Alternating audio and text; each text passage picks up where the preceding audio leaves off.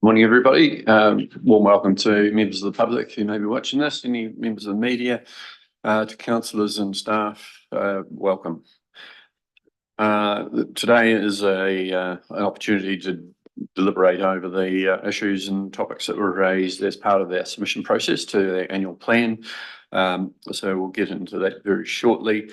First of all, just note that Councillor Cowles has joined us online. Is there any are there any apologies other than? No.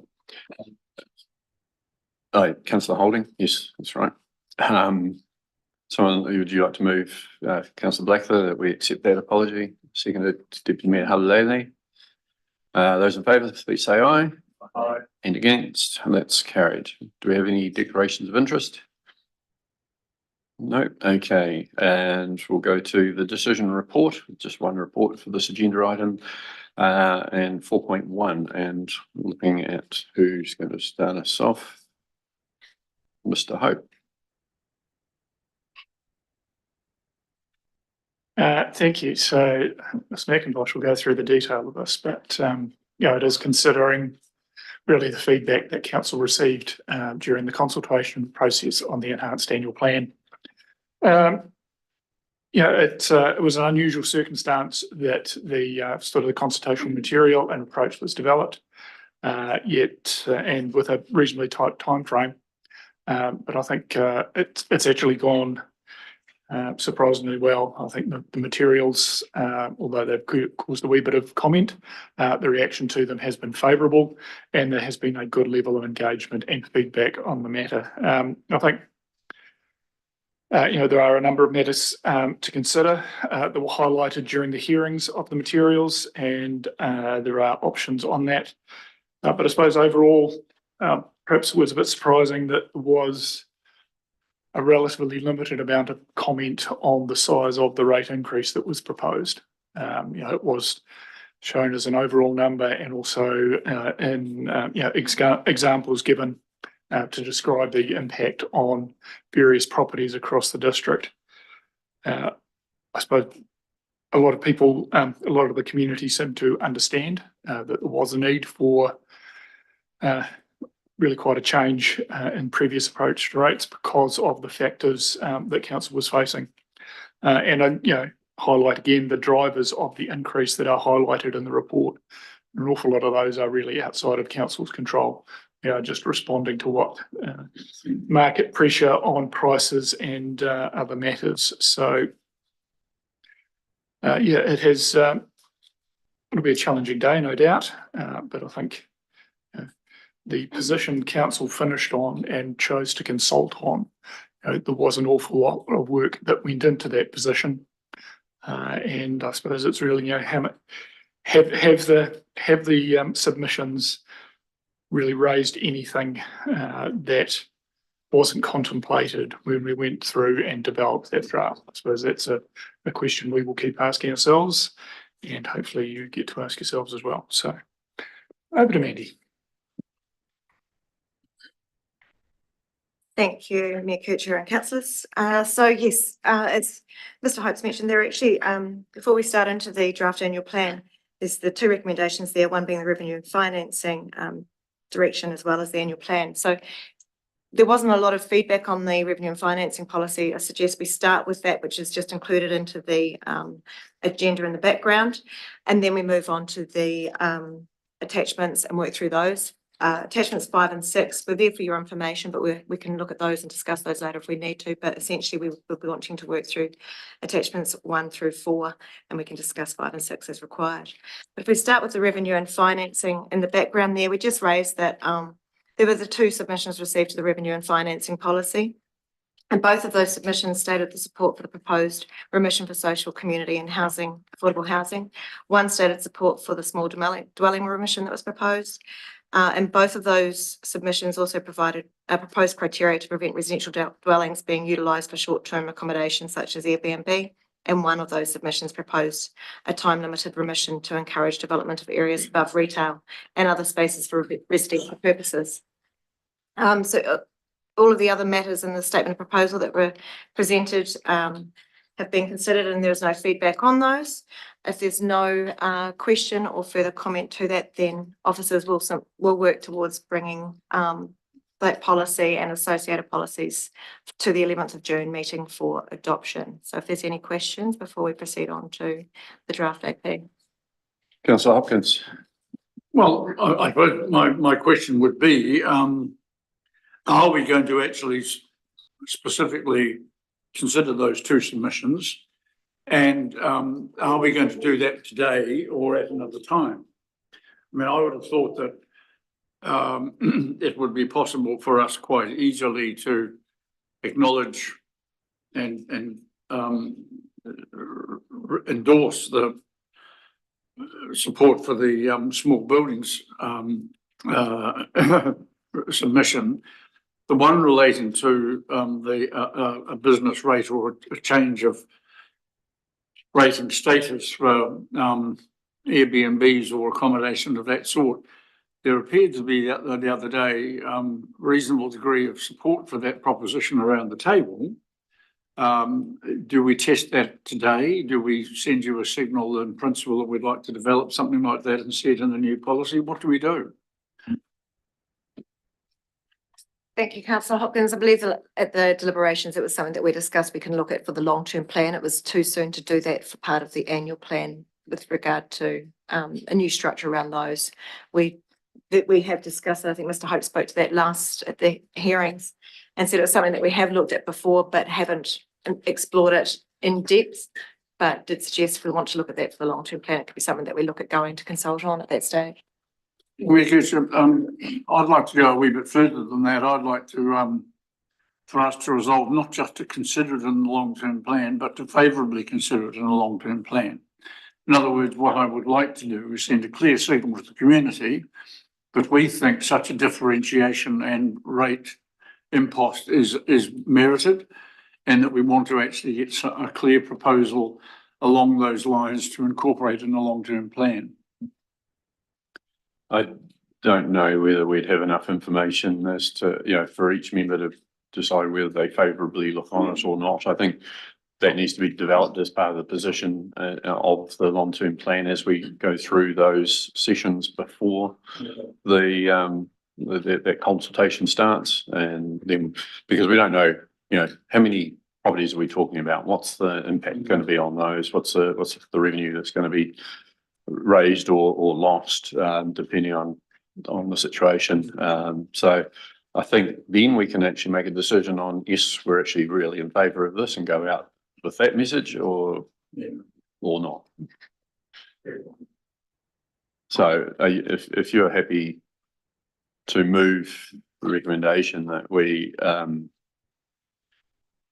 sorry, let's just look at this, officers bring onward recommendation to advise direction.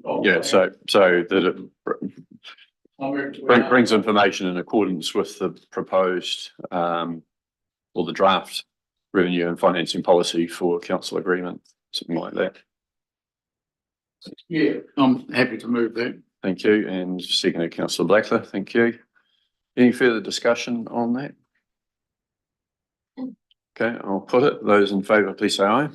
Aye. And against? That's carried. Back to you, Mandy. Thank you, Mayor Kircher.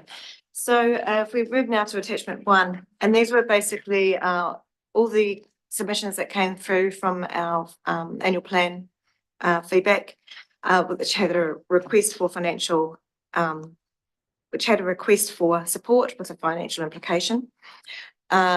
If you want to look at these now, when we go to attachment 3, Mr. Wells will have has incorporated all of these requests into the impacting report for what happens with rates based on all of these requests.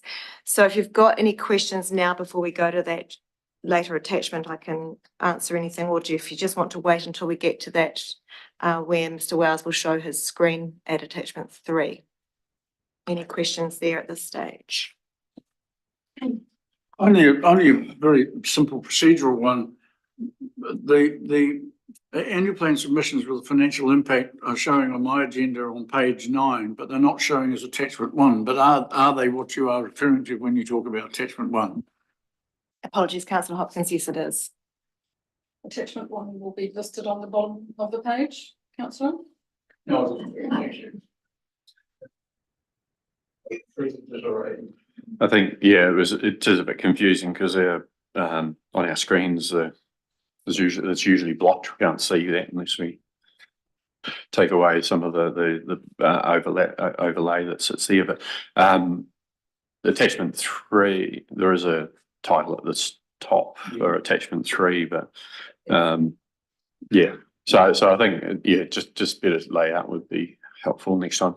And just to apologise, attachment 3 states attachment 3 on it, but it's referring to attachment 2 at the bottom of the page. That was a mistake when the additional attachment was added. So if we go to attachment 7, is that really attachment 4? Okay, all clear?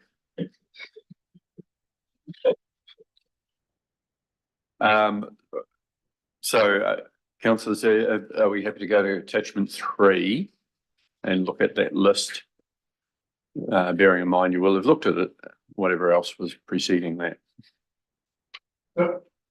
Councillor Hopkins. So we will come back then to attachment 1, and we will form a view as to whether it's a yay or nay on each of those dollar sums, will we not?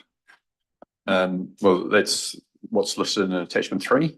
So that's where it tells us what the dollars are. So it's just a matter of cross-referencing back. I think the question I've got is, are there any things that don't have a dollar sum that have been submitted on that anyone wishes to raise before we go to the ones with the dollar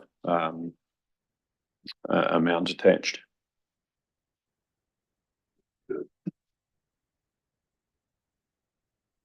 Councillor Hopkins. Yeah, I suppose there's a couple of the SPCA, some of their submissions aren't fiscal but relate to changes in policy. I have a feeling I need to go back, but I'm pretty sure they suggested we consider some form of limit on cats. There's also the public health one about, I think, smoke-free areas and so forth, asking us to be a little bit more proactive in those spaces. So I think some of those institutional ones, they may be pro forma in the sense that those bodies submit to every council, but I do think that we should actually have a response for them, to them.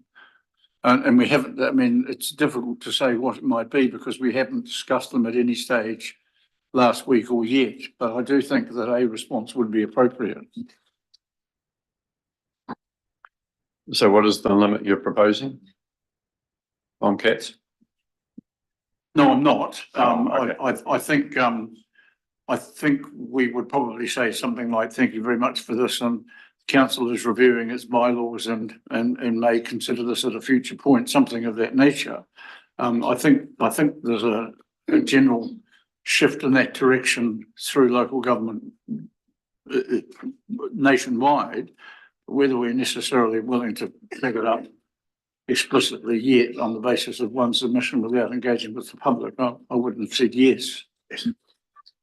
No, I think that's the correct route. And it's not a movement within local government so much as a movement within communities, I think, as the awareness of damage done and so forth becomes clearer. So it is about looking at a bylaw of some sort. But I think that in itself could be a report that does come back at some stage, bearing in mind everything else that's happening, and just looking at probably the first advice would be, if we were to look at something, when would it be and how would it be structured perhaps?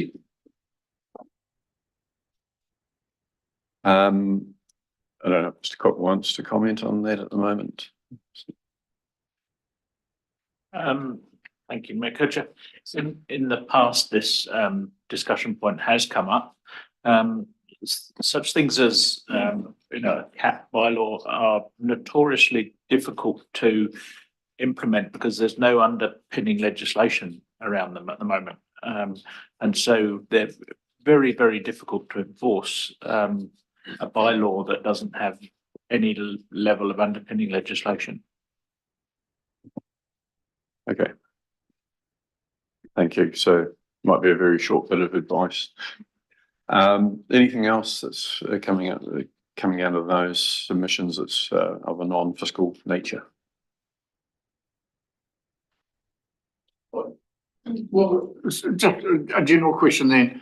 In response to, and I'm thinking of people like Katrina Hazelhurst, I think Ray Henson may have had some fiscal matters that he raised, but also some non-fiscal ones. Presumably there will be a reply to all of them, and we will have a chance to see that, even if it's thank you very much, and the council noted your contribution. I mean, presumably we're not going to just remain silent and have people saying, I made a submission and no one even bothered to tell me what they thought of it. That's correct, Councillor Hopkins. Every submitter gets a response from the annual plan, and whilst we didn't personalise each response last year due to the amount that we got submissions, it's intended that we will be doing a personal response to each of those submissions this year as time permits. Yeah, which we do try to customise to a degree, but it does rely on staff time and to be able to go through, and particularly those that have raised a lot of topics, that can be difficult. But yeah, happy to share those accordingly. Councillor Blackler. Thank you. Just on the couple of the non-dollar related themes that came through. There was a couple of submitters that made reference to challenges around either small operators or community groups working in conjunction with the health and safety framework. So obviously that's not part of the annual plan, but I was just wondering if we could work out a plan for where that might sit and keep it on the radar about how to better enable people to operate in that space. There was also the commentary around the need to reduce the speed limit at Duntroon, which perhaps we could, submit on behalf of the DDDA there if we haven't already got plans to do so. And again, the topic of it was only one submission, but in previous occasions we've had the theme of dust come up, and we've spoken amongst ourselves about doing something in the dust suppression space, trying to facilitate something on behalf of the community. So hopefully we've already got something in play there, given we've talked about it before, but just wanted to know if that's sitting somewhere and underway.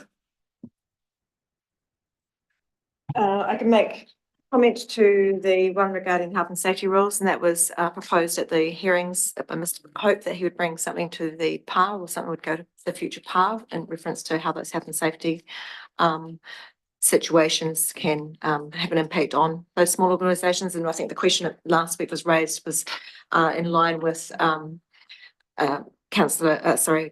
Reid's proposal, and that their health and safety policy cover subcontractors. So we were going to look into that a bit further and bring that back to PAR committee. So I can speak to that. I can't make any comment regarding the submission, or I believe with the dust suppression, I'm not sure whether it's progressed. I know Councillor Hopkins last year was going to, the agreement last year at the annual plan was Councillor Hopkins was going to work with the roading team, discussing options that have been presented to the roading team. I don't know if that progressed or not. Maybe Councillor Hopkins can update on that.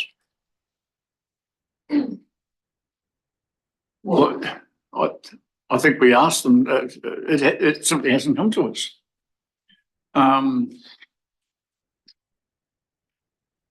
I think, if officers can take a note of that, and just maybe something that goes through to the roading subcommittee in the first instance would be helpful. Because I think we talked about trials, and I don't know whether anything did happen or not, but anyway, if that avenue can be followed, I think that would be helpful. Okay, anything else anyone wants to raise on the non-fiscal side? Councillor Percival. For the sake of repeating myself for the 1000th time, page 13, number 44, roadside weed spraying. I totally disagree with the officer's response, or the majority of it. They've done trials apparently with mowing and doing a cost basis on that. But we've never ever had a report on those trials. There's no question in my mind, and of the other 4,000 roading engineers in Corridale, that this does cause massive erosion. And not only that, there has been quite a lot of instances where the sprays have gone into farmers' paddocks and killed crops and grass. So, and also the effect of it going downstream into the properties. I have, since I've been here, I've seen hundreds of thousands of dollars spent on what they call edge prevention, or whatever they term it, where they put the Edge break. edge break, yeah. And the cost of that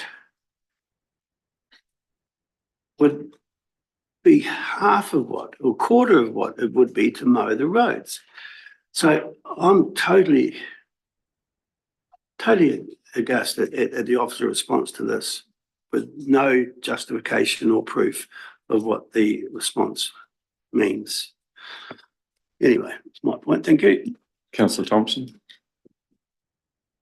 Thank you, Mayor Kircher. The roading subcommittee is currently or potentially calendared to meet on July the 2nd, and I'm more than happy to have both those items put on the agenda. I think just on that last one, it would be good to know what councils, if any, aren't spraying, that are mowing, and an understanding, particularly if they're more rural ones, what the why they are doing that and not spraying, because I think they'll have the evidence as to why they're doing it and so on, so it'll help I guess contrast against the reasons not to do it, and then we can make a decision one way or the other. Councillor Percival. Just to reply to you, Gary, our neighbouring councils do not spray to the extent that we do, apart from around their culverts. And the biggest road controller in the country, NZTA, still maintains a mowing regime on the biggest and busiest roads in the country. Therefore, I think that's self-explanatory. Thank you. There'll be a couple of reasonable examples to bring, particularly some of those hilly sections of roads and so forth. But anyway, right, we'll get a bit of information coming through to the rating subcommittee. So look forward to that. Anything else before we move to the fiscal implications? Okay, we'll go to attachment 3.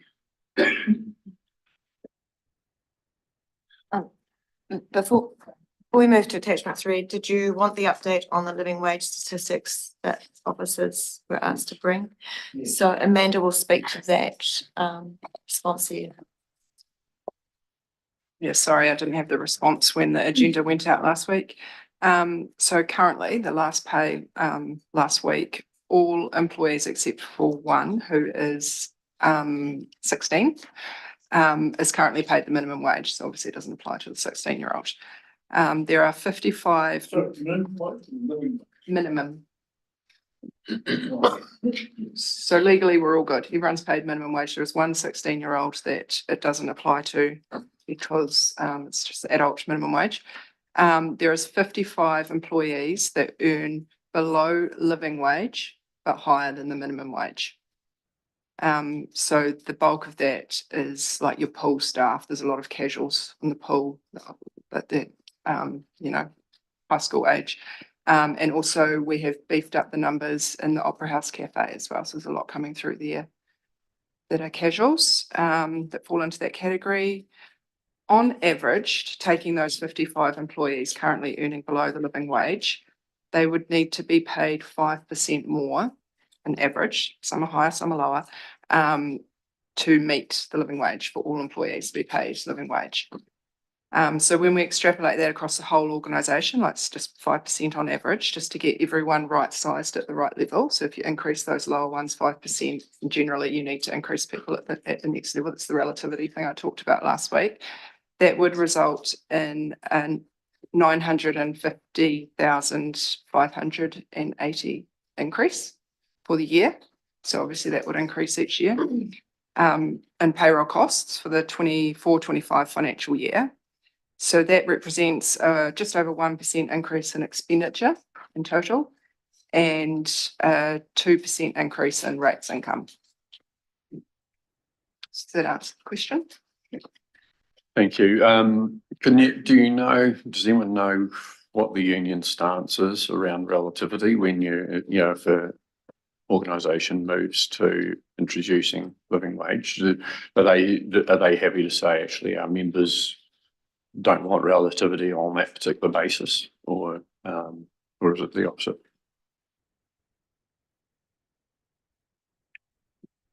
The union has never been asked that specific question, but they have certainly always been very concerned about pay scales and the relativity between those pay scales and wanting to make that clear to their members. So, yeah, no, without we haven't asked the question, so I don't have a direct response, but they have had concerns about similar issues. Maybe a question worth asking. Councillor Blackler. Thank you. How many of the 55, what does that translate to in terms of FTEs, and what would that dollar amount come to approximately? Sorry, I haven't calculated FTEs. Yeah, they're all casual. So yeah, the number would obviously be a lot smaller than 55 FTEs, but yeah, I don't know offhand. And then numbers wise, I think it was about 200K that was spoke about last week. So just on the back of the question that was asked about the relationship with the union, could it be that if it was something we decided we were happy to run with, we could make it conditional on the union's acceptance that it wouldn't result in a relativity shift? Well, you could, but there may not be staff acceptance either. And so even if the union accepted it, there would still be issues to deal with relativity. Like you pay the casuals at the Opera House and Aquatic Centre, you increase that to existing staff levels. When those staff are qualified or experienced in their roles, you can end up with quite a lot of disgruntled staff. So the union would soon hear about it. Yes, supplementary that I guess that should have been another question that I had, is that if we shifted those people up, how many employees within the organisation are sitting at or about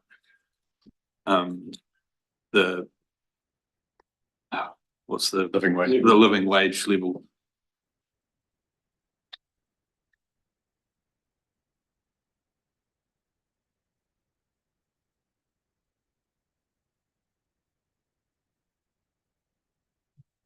It's probably about 30 at around, like, with give or take about $1, around that $26 living wage.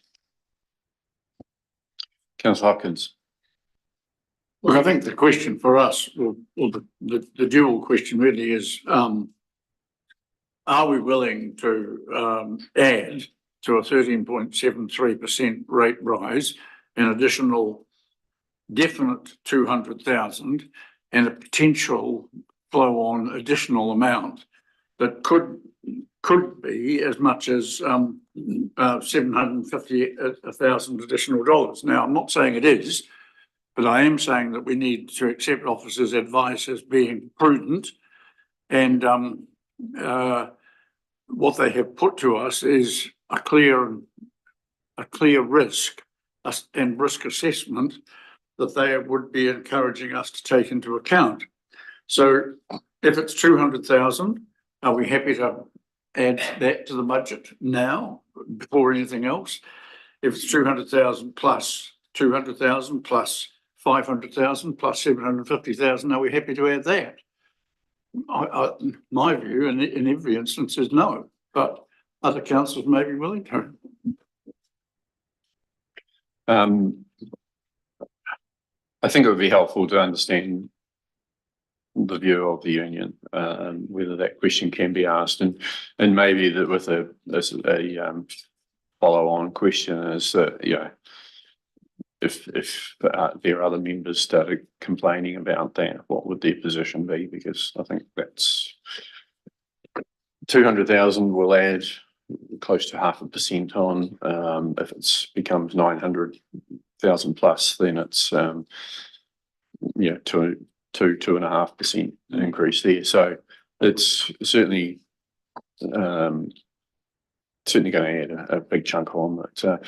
We're to an already high rate increase, but it would be good to know what their view is. How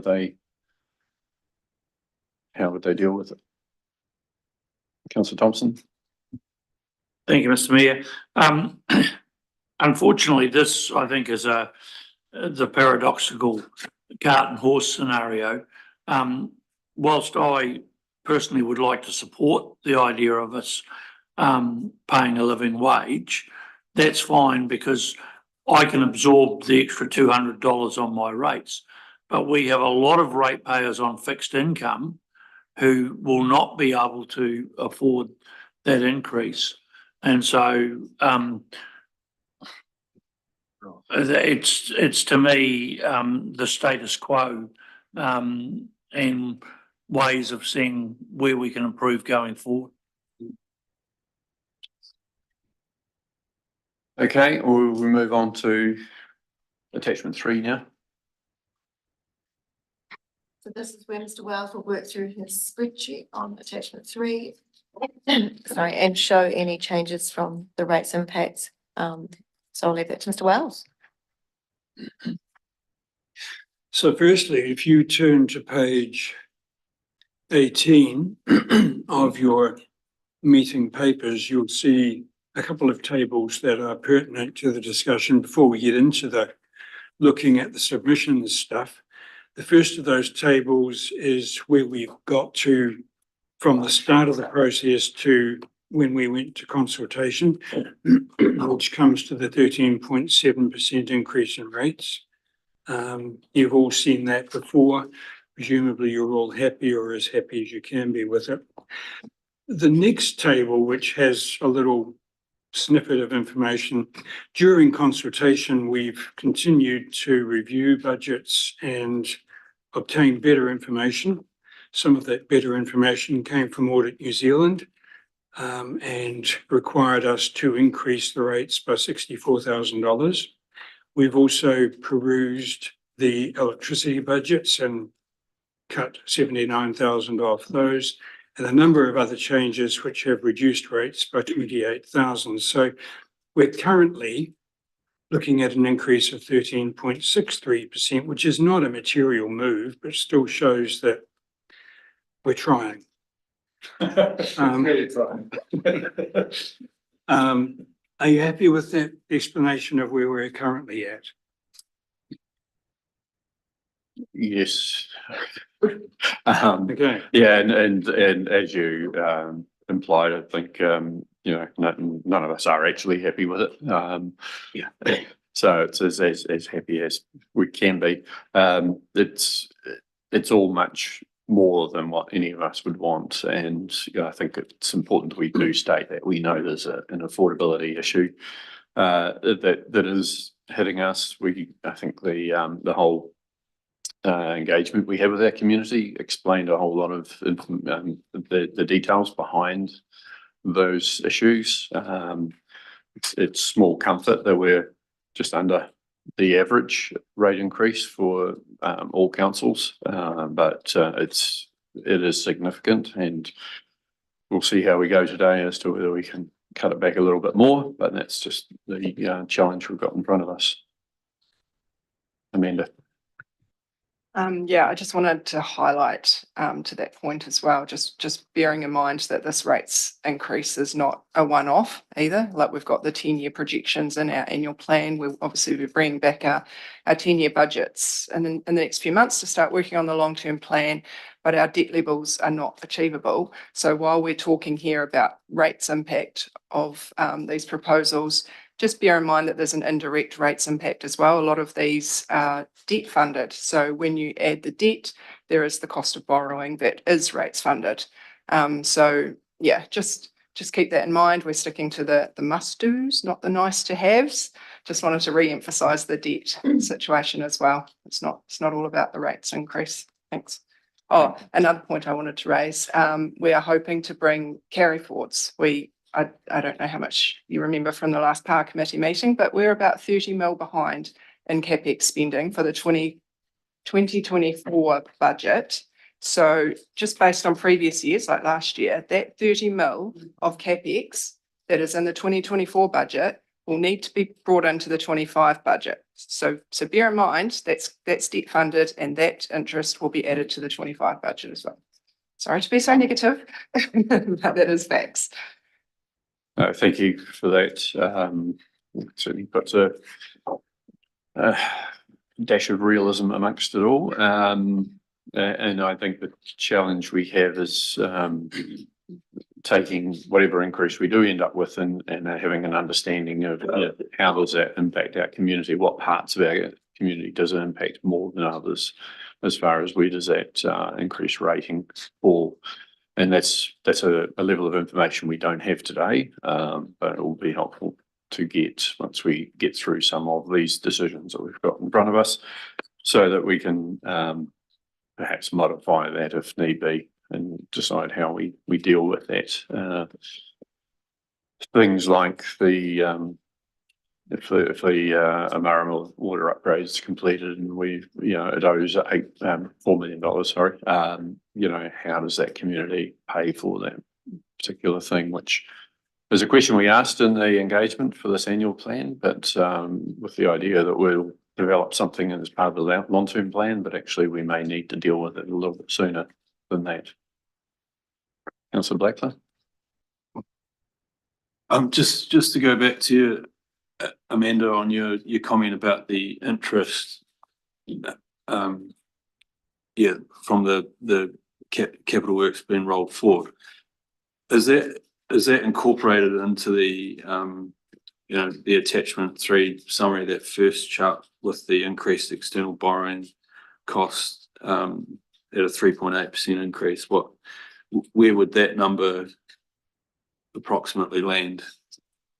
And should we be building it in if that's, or I guess does it assume that we will complete all the projected capital works for this year, and do we need to refine it to what we can actually deliver? Yeah, so you're spot on with that. So say that 30 mil from the 24 budget is not currently incorporated, so it's not recognised in that 3% there. That's the extra CapEx spend that's been added during the process. And then you're also spot on with the other point. What we're projecting realistically, based on the last few years, we don't have capacity. We have not been completing that whole CapEx program. So there might be some wins. Like while we're budgeting all this CapEx project for 2025, realistically, we probably won't complete it all. So it'll balance out at both ends, if that makes sense. And equally, some of them will be projects that are partway through, and so it will get finished, and so it's looking at those. There may be whether there's any that haven't materially begun yet, and we can potentially say, actually, we don't want to carry those forward. It's a possibility. We usually find that officers have been pretty good and sorted out those ones that don't need to proceed, but that is always an option with ones that we aren't compulsory for us to do. Councillor Hopkins. This seems to me to be fairly fundamental. I think last time we had an annual plan, we had about $14 million worth of carry forwards. that seems to have doubled, and Amanda's saying that there is an additional impost, namely loan funding and the interest that will need to be paid. Surely we need to know exactly what that means and what it's going to add to the 13.63 requirement we have now before we go any further. And I mean, isn't this carry forward matter something that we actually have to resolve before we address any of the other new projects? I mean, what is the point of saying yes to this and yes to that when we've got double the amount of work that we should have done and should have had finished that we had a year ago, and all the interest costs related to that? Have I missed something here? Yeah, well, this is the situation we deal with every year. We won't know our carry forward budgets until closer to June, when things wind up for the year. Like, there's a big push at the moment for people to complete their budgets. It's all to do with timing. Like, projects can span multiple financial years. It's always going to happen. But we're hoping to bring it to you in June before the annual plan, like the 2025 budget, is finally signed off. So you'll have a clear picture then, but we just don't have that information at the moment. And as Tim pointed out, there is stuff in here, like the waters projects, legislatively, we're supposed to have them done by the end of the year. Realistically, we're not going to. So there's a lot of budget in there that will carry on into the 26 budget. But yeah, that's the whole point as part of the long-term plan, why we want to start from zero out all these budgets, have a fresh look, and really think about the next 10 years, plan projects that span multiple years and that sort of thing, making sure it lands in the right place. And we're working with departments to forecast a lot more closely, so we know right down to the month when contractor payments are due and that sort of stuff. So I just wanted to highlight as well, this isn't a new issue. I mean, since before I came here, we've serially under-delivered on the capital program, because we've had a capital program that is beyond our resources to actually deliver. And yeah, we're trying to pare that back down. What is currently proposed in the draft is a lot slimmer than it was. But this, once you add in what is a long-term hangover, a hangover from many years back that keeps rolling forward, there'll still be a pressure in terms of resources to actually deliver that program, because you're actually adding to the program. Whatever you agree in the carry forward is adding to the program, which is already fully committing our resources. After the uncertainty you've talked about, it seems what I think I've heard you say is there's a sum of money that we have to add to the 13.63% rate rise to cover the interest cost of all the carry forwards. So can you guys give us even a ballpark plus or minus 30% estimate of what that quantum is and how much it will add to the 13.63% rate rise? Well, as we're saying, we don't have capacity to do it all. So my answer back to Tim before. So while we add 30 mil from 24 budget into 25 budget, realistically, what we're signing off today, there's probably about 30 mil that will slip into the 26 budget. So it balances out overall. I just wanted to emphasize that 30 mil is coming. When we get into the long-term plan, the auditors are going to really scrutinize how much we can actually achieve. And we want our long-term plan to be zeroed out. And we may even come back to you and say, forget everything you've approved in the past, like any that are spanning into this financial year, and go back to zero and work out exactly what we can achieve. Because obviously our, what was it last year, 60 million CapEx budget, not achievable. We can't just keep adding to it. So we know it's not achievable. I'm highlighting that to you now. We will sort it out in the long-term plan. But yeah, as far as the overall interest costs, I would bet on the fact that it will balance out, because while we'll add 30 mil in, we will take another 30 mil out the other. We just don't have capacity to complete it all. Councillor McCone. Yeah, look, I totally agree with what's being said, because as you all know, I'm quite frugal in this sort of department, but yeah, we're getting way ahead of ourselves, and it's been said here many times, and I gave the analogy a while ago that if you take the supermarket trolley to the thing and with $300 worth of groceries and you can only pay for 150, you got to put it back on the shelf. I think we need to prioritise what's got to be done. The water thing by legislation, we do have to do some of that. But the rest of it is a want or is it a need? And I think we've got to really be tough on ourselves and I know it's going to hurt and I know we're not going to be popular. But in today's climate, I think we just got to look at that scenario.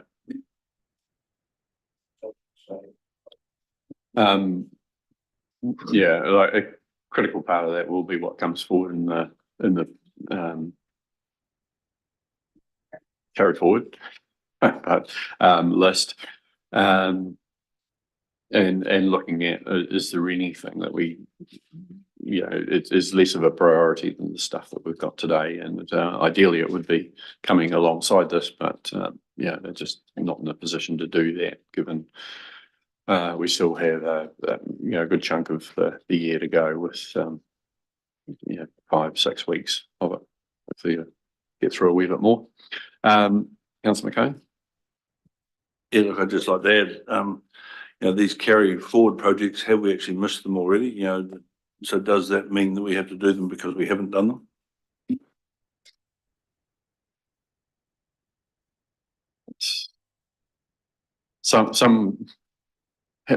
I guess a good many of them will be things that are already in progress. I don't know if officers have got an indication of, is there anything much that you're expecting to be in there that we just haven't started in any material way? The three biggest projects that have caused the shift in value are the Network Waitaki Event Centre, Forest Gallery upgrade, and the balance of Project Reclaim. The Forester Gallery upgrade. Forest Gallery upgrade, which we've just secured the funding. And Project Reclaim. And Project Reclaim. Which, so, between those two, that's pretty much the sort of the kind of movement between the 14 or 15 million that we talked about in the past and the 30 million that we're going into. There are three very big projects that have been committed to, but we just have not had the spending for a variety of reasons that we anticipated. Yeah, the event centre alone, I think there was about 15 million in this financial year, which we will spend very little of by the end of this financial year. So that's accounting for probably almost half. And I don't know how it's been planned out, but whether some of the external funding gets utilised first before our funding, or whether we can postpone our spend, and that could push a good chunk of that 15 million into the second year. Project Reclaim will be completed, I think, in this next year. The Forester Gallery will be probably mostly completed, but equally not much of that's coming from council money. It's mostly government money being used, so that won't impact on the loan amount that comes out, whatever it might be. So yeah, there's a lot of devil in detail, and I think as much as we'd like that alongside this, we will have to wait a wee bit for that. We're actually just past the time for breaking for lunch, so we won't get into this next section. But I do have Councillor Percival with his hand up, so I'll take you, Guy. Sometimes it's very difficult to understand the carryovers because some of these projects have been sitting on there for my whole tenure here. So it's just a difficult one to comprehend at times. But I've got to give the staff kudos here because we have continually asked in the last 6 months when we reviewed these future projects and asked them to give us priorities against needs rather than wants. And I think they've done a pretty spectacular job. If you look through the records from the last time we spoke and analysed this, there's been a huge saving created, and I think it's been pretty good in that respect. I do believe there's a couple of departments that could still tweak a bit and bring us down to a couple of points down, but that's for us to decide today. But overall, it's been a pretty worthwhile journey so far, and today will prove if we can make it better. That was well said, Councillor Percival. We will break for now, so we'll be back at 1 o'clock, and we may well go past the first session, which finishes at 2:30, but we'll see how we get on this afternoon. Thank you very much. I'll adjourn this meeting.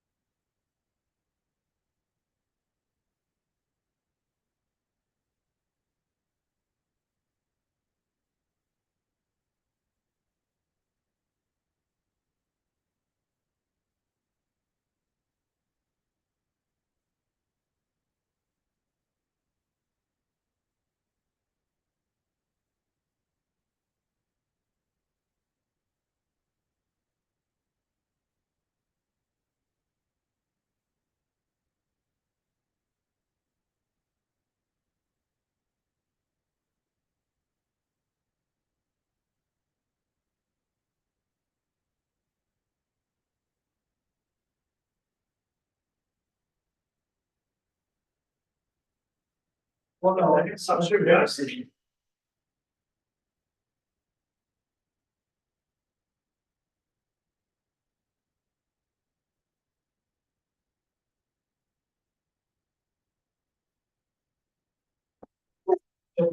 again and welcome back.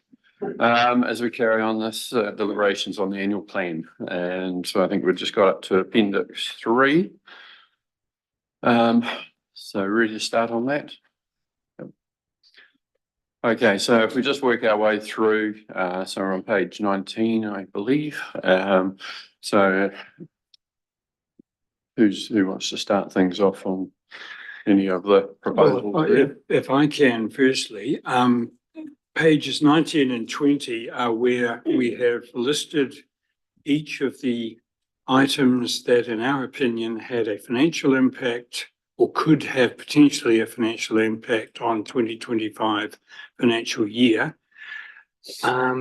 If now the financial implications are in blue on those 2 pages. And below that is a small table which relates to halls that we also spoke to.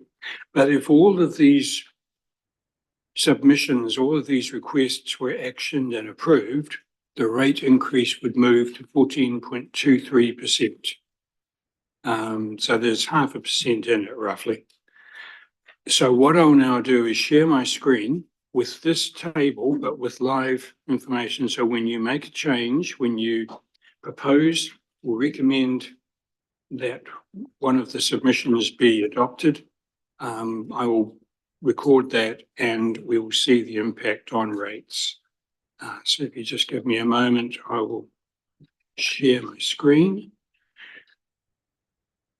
Okay, while you're doing that, a question from Councillor Blackler. Just with respect to the overall rates implication, where it says that it's loan funded, there's obviously not a spot for that, but there will be an interest impost there. So have we got anywhere where we're going to capture the overall kind of effect on interest? So when it refers to loan funding in this schedule, we're talking about internal loans, and generally speaking, the cost of servicing an internal loan doesn't impact until the year after the project has been done. So there should, in an ideal world, be no impact from the internal loan. However, as we'll discuss later and as we have already spoken about, because council has funding is either sourced from external grants or from rates or has to be borrowed, there may well be an interest cost that impacts this year. But no, we're not capturing that here, but if you allow about 6% as the current interest rate from the LGFA, you'd be close enough. So now I'm sharing my screen here. So if we go down to item 60 there, if I put yes in this cell, it will populate the $15 and we will see at the bottom of that 15,000, we'll see that the rate increase has moved from 13.63 to 13.66%. Sorry, just I'm a wee bit concerned that we appear to be sort of saying that those early ones are fine because we'd be using reserve. I'd like to know, I did say I wouldn't be voting on the neighbourhood support one, but I'd still be curious to know which reserve is supposed to be used if other councillors decide to support that. My own view with regard to the ceiling is we have a policy. I believe we're entitled to ask Roading to reconfigure their budgets and priorities in order for us to actually meet such requests for the application of that policy to proceed. So I would personally argue for potentially for approval of the Limekiln Road project, subject to agreement by the submitter, Greymont NZ, that they were prepared to pay half the quantum, and subject to us as a council engaging with Roding to actually try and, I put bluntly, wrest a little bit of control back in terms of priorities and spending, because I think we've lost that control in the last 2 or 3 years. Mainly because I don't think we've had anywhere near as much information as we used to get. But and then the same with the drinking fountain and We'll work our way through them, I think, rather than, because they are listed in a way that we can go one by one. okay, well, So then we're all speaking about. can we do those first before we come to the ones that Ian, because Ian seems to be saying we start at 60 because that's where the rate. I think he was using that as an example. I'm mistaken. No, so if we do go back to the very first one, where it refers to reserves being used to fund, that would be the appropriate amenity reserve, township services or award services reserve, or potentially the RMA, depending on what the work is, where it is, and what's entailed. So I think as we get to each one, it'd be handy for us to know what reserve is proposed to be used for that, and whether we think that is the best option, or whether we agree that it's the best option. And just going back to my briefing a couple of months ago, just remembering that the reserve jars are pretty empty. So we don't actually have the funds sitting there. We would need to borrow. So I just wanted to re-emphasize that it'll come at a cost. So I And we think, talk of reserves like RMA that have been promised for sports and event centres and things like that. We can only use them so much. Yeah. So essentially, some of the funds show reasonable reserves in them, but it is loaned out. If we spend any of that, we will have to borrow to basically cover where it's loaned out to and put that money back into the fund that we're going to use. So it is just understanding that particular system that we are now in, where we are a net borrower and all of our internal reserves are externally loaned to various entities to a large degree. So we'll work our way through. So neighbourhood support, looking at helping them put their signs onto power poles, estimated $10,000. Deputy Mayor Laley, did you have your hand up? Yes, I did. Initially, it was just more in response to just the comments. I can see that a lot of these projects, they're task focused, like they're more around service delivery, aren't they?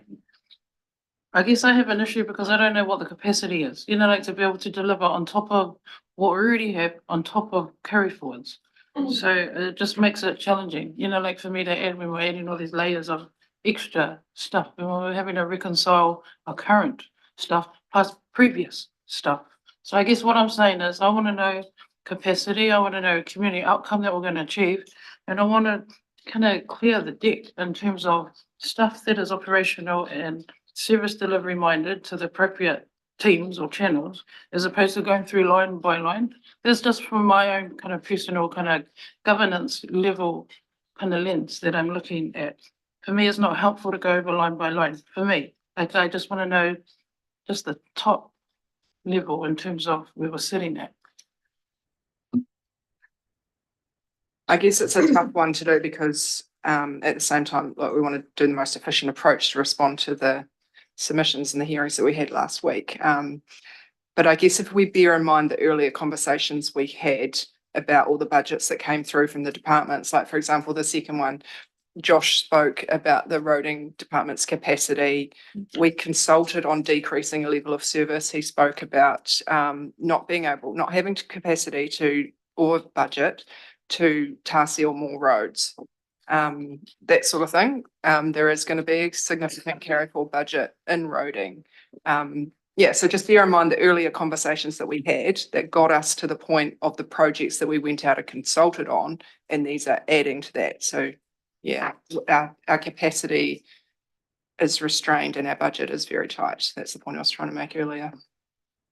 For me, it's about going line by line because actually we can suggest other solutions to this. I don't know with this neighbourhood support one whether what's proposed around that, but you know, I believe that if, you know, a bit of faith in them, then funding neighbourhood support with some money that they can get someone to put the signs up for them is probably going to be a much cheaper option for them, and it takes no resource at all apart from signing a payment to them. So, you know, there's opportunities like that about how do we actually deliver this, and it doesn't have to be us. We can be the enabler and basically facilitate the community getting on and doing some of these things.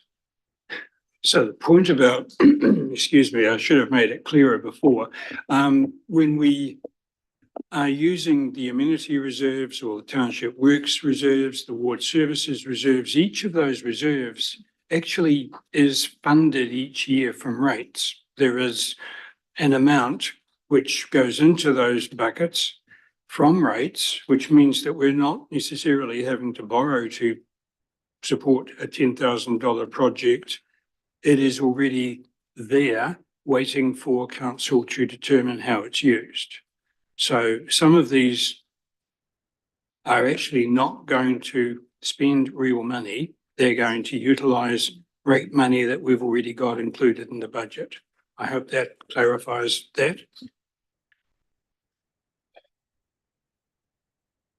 Okay, so on this particular one, what I proposed was we have a discussion with neighbourhood support and say if we were to fund you with an amount, would you be able to get this work done? There'd need to be a wee bit of liaising, I'm sure, with where they're proposing to put them, but if we can have a simple sign-off process, then that would be helpful. Mr. Rendell. Yeah, thank you. Specifically on the neighbourhood support ones, those signs are erected on the Network Waitaki power poles. We have an agreement in place with Network Waitaki to put them up when they're undertaking other maintenance in the areas, but there is still a cost for those signs to be erected. So in this particular situation, council wouldn't actually be doing anything other than paying the bill from Network Waitaki for the erection of those signs. Yeah, as far as a capacity issue, that doesn't really affect us at all. It's really just about paying Network Waitaki to undertake the work on behalf of the community.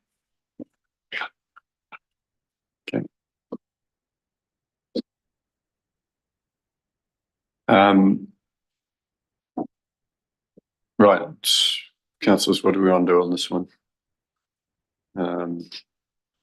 As a next step, I'm happy to talk to Network Waitaki and see whether they would do more off their own bat as part of a community contribution for something that's pretty helpful to the community, rather than us necessarily needing to pay them $10,000.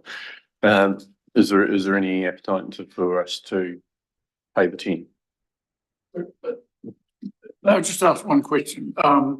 Ian's right. We have ward rates, we have an OMRA amenity rate, and I'm struggling to remember. I have a feeling that the quantum voted for that was north of at least 100,000 in rates, or the quantum for the various OMRA specific reserves. Ergo, if that's the case, I would have thought that the estimate, yes, we're allocating 10,000 of the, this is possible that council may decide to allocate the 10,000, but the budgets that we've approved that actually amount to a 13.63% rate increase include a quantum greater than that from which the 10,000 can be drawn. Yeah, so effectively, if you decided to give $10,000 to the neighbourhood support people, it could come out of those rate funds that are new money this year, is the point I'm trying to make.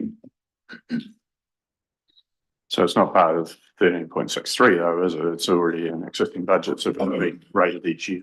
Yeah. As I understand it, each year, various projects come forward which come out of that bucket, which council has established. So this could be one. However, approaching Network Waitaki for contribution saves everybody. Just to confirm, last year it came out of the Oamaru amenity budget, and I'd remind you that the submission has stated that they weren't sure if they would require the full $10,000 if there was not spent fully on erecting the signs on the post, they'd like to have the balance of that $10,000 as support towards their operating costs.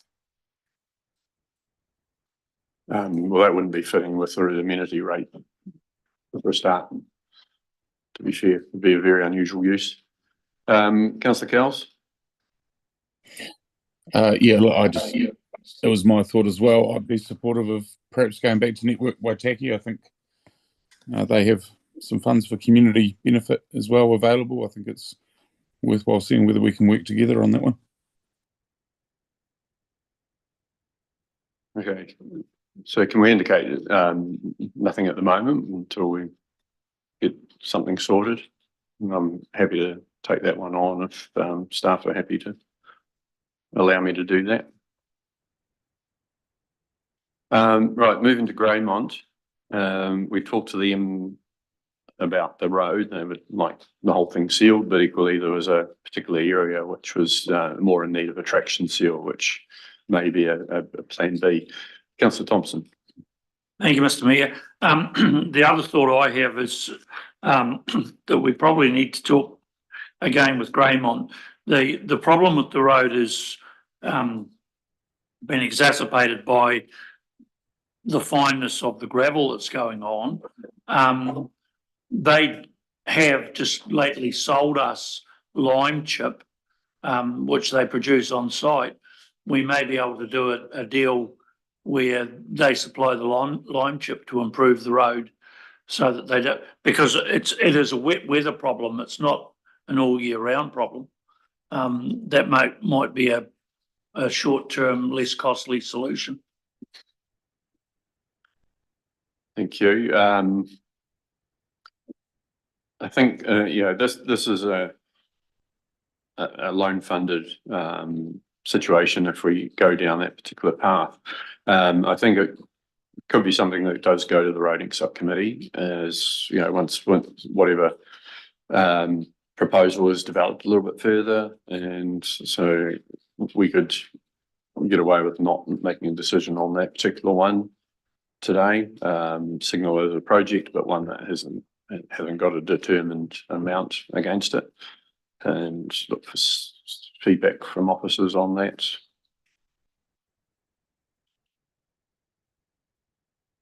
Anyone? Yep. As far as delaying a decision on this particular one, yes, we can certainly do that.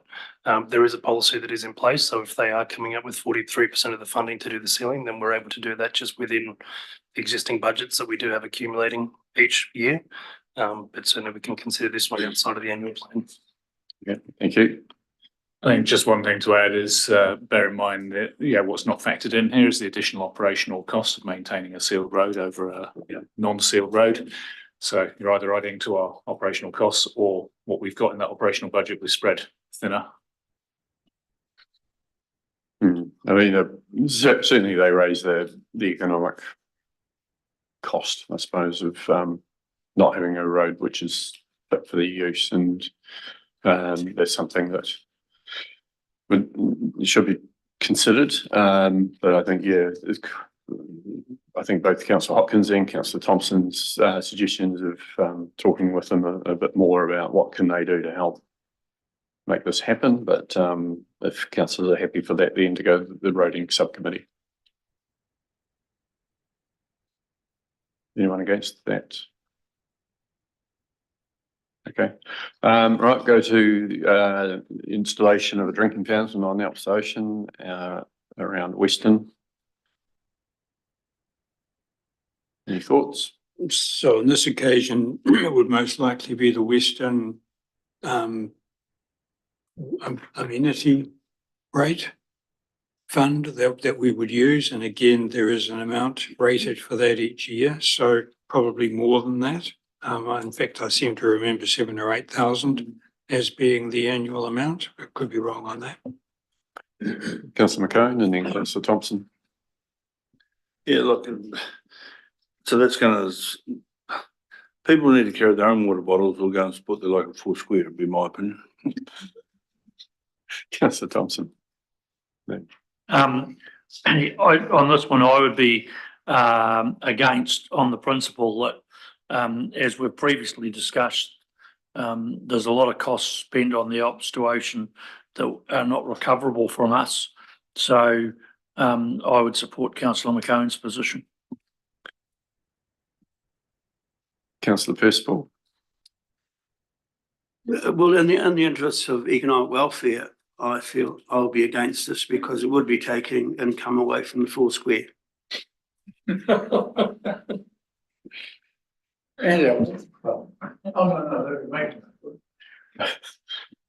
Okay.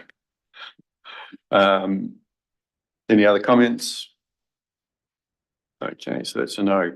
Moving on to maintenance of Palmerston watercourses, which is currently rated for as a fund that sits there for work to be done as required. I'm not sure if Mr. Rendell has any idea what's been done on that recently, or whether there is any work planned for the basically what is Palmerston's stormwater management. Yes. So there's some historic need, I suppose, within the watercourses within Palmerston, the drainage channels that are there. We haven't been maintaining them for a period of time. Had some discussions with the Otago Regional Council, who certainly do see them as council's issue because they are drainage channels. They were man-made as opposed to being a natural watercourse. So given that we haven't had any previous funding for work in that area, and we do need to undertake some maintenance in that space, it is some funding set aside to be able to undertake some maintenance. Thank you.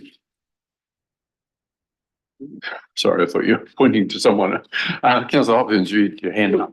Sorry, yes, I'll elevate my digit more vertically next time.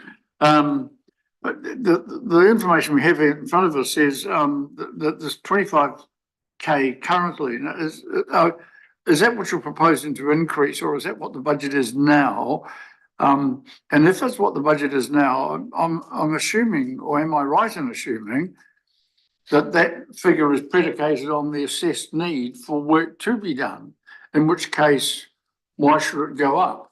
So can somebody just clarify, are you guys asking for 25K more? It's what is rated at the moment, and it's not not proposed to increase at all. I don't know what the reserve actually is, but it must, depending on what's been spent out of that over recent years. But if it says increased budget for maintenance of Palmerston watercourses, that was what the request was. Okay, I get that, but that hasn't been quantified as a sum. Are officers concerned, or do officers share the view that the budget for maintenance of the watercourses needs to be increased? Well, there certainly is, excuse me, there certainly is a budget for maintenance in that area. And there is also accumulated funds for that purpose, which haven't been spent in previous years. So basically the message is that what needs to be done will be done when it's needed to be done. Which is really the case with a lot of the maintenance work that is done around the place anyway. If it, if it breaks, then we try and fix it. And the money's there. Councillor McCone. So who is it paid to? Contractors. The watercourses, the rules around them is that it goes through your property, you're supposed to maintain it, and some do and some don't, and it's usually in those areas that it's not maintained. That might not cause a problem for that property owner, but it can cause problems for people upstream or downstream or whatever. So we set up the fund to allow us to get on and make sure that work is done, and there is some maintenance carried out. So that is presumably just done through a normal procurement process, and the contractor would be paid from that fund. Mr. Rendell shaking his, nodding his head, sorry. So that is what it's for. We'll move on to the East Otago Catchment Group in Noslam, which they were speaking in support of ongoing funding, which the funding is included in the budget, is similar to the last one. So we probably don't need to spend any more time on that one, unless anyone's got any questions or comments on that. Councillor McCone. I would just like to comment that probably is more in line with the Otago Regional Council rather than us. They do provide some funding as well. For us, it's that they fulfill some of our biodiversity, and also look, this helps support our rural communities, which is, being farmer led as they are, we're happy to support our farmers all the way. Councillor McCone. Okay, no comments on that one. That's fine. Move to the SPCA, snip and chip program. I would have thought there's a bit of a sort of a double standard implicit here. With regards to dogs and all the things that happen with dogs and that dog owners are required to do, those costs sit with the owner of the dog. It's a user charge, if you will, on the basis that you've chosen to have a dog, and as a consequence of that, certain costs are incurred that you must meet. In my view, what SPCA appear to be doing is effectively asking us and a whole lot of ratepayers who don't own cats to subsidise their snip and chip program. And I mean, it's a very small amount of money, but why should we actually extend a subsidy to cat owners that we don't appear to extend to dog owners? So I would say no to this one. Councillor McCone and Councillor Thompson. Totally endorse that, in the respect that we also run a regulatory authority on dog registration and everything else, and we look after that end. If you want an animal, you pay for it. Ditto, ownership is discretionary, and therefore you pay the costs. Had it been a search and destroy program, I probably would have supported that in a stronger way, but I disapprove of a snip and chip subsidy. Yeah, more shot than snip, but anyway, we won't mention that in the public meeting. There are increasing calls for bylaws and rules to control cats and their movements and so forth, and it is at very different stance around cats wandering versus dogs wandering, and it's not like there's no damage caused by cats, but we can't deal with that at the moment until we get something a bit stronger from Parliament. So in the meantime, we will move on from snip and chip, unless anyone's got any comments in favour.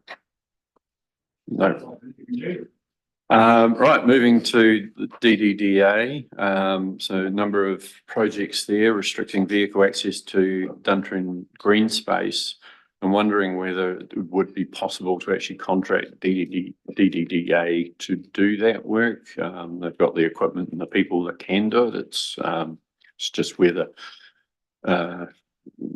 legislatively and health and safety and so forth, whether they'd be able to do that. Mr. Rendo. Yes, thank you, Mayor Coacher. If the work is within a road reserve, we will need to use an accredited contractor in order to do that work. If it's on green space, we may be able to work outside of that, though there should still be a contractor that's has site safe accreditation or something similar. We can work on that moving forward and see what we can do. Thank you. Mr. Cook. Thank you. When you're ready, I'd like to go back and make a comment on the SPCA. Wow. Okay. We'll finish this one off then. Councillor McCone. So is the DDA, is it a ring fence or a specific target area, or is it a general rate? DDDA is a membership organisation. Sorry, what the funding? Oh, the funding for it? Yeah. If it was this type of thing would be funded through the amenity rate, so it'd be an identified area that mostly is Duntroon residential area.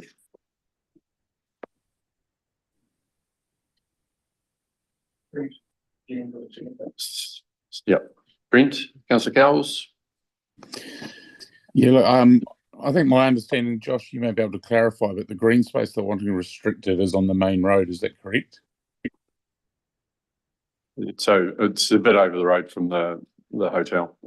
Yeah, so I think that one probably would need a contractor to do that. But I know from previous experience and a contract that I've previously had, you know, with another council around a reserve, and the fact that these guys already do some good work around there. Yeah, I would support going back and seeing if they had some of them, you know, the equipment to do the mowing, and if they wanted to do that, maybe, you know, we could look at partnering with them to keep it up to that standard. Again, you often find that locals will do that little bit extra without being asked. So I think it'll be more about giving the permission. Thank you. As far as the vehicle access, I think there's been identified need for that, and part of it is actually safety and so on. So is there a councillors in favour of that generally, however it might happen? The restriction.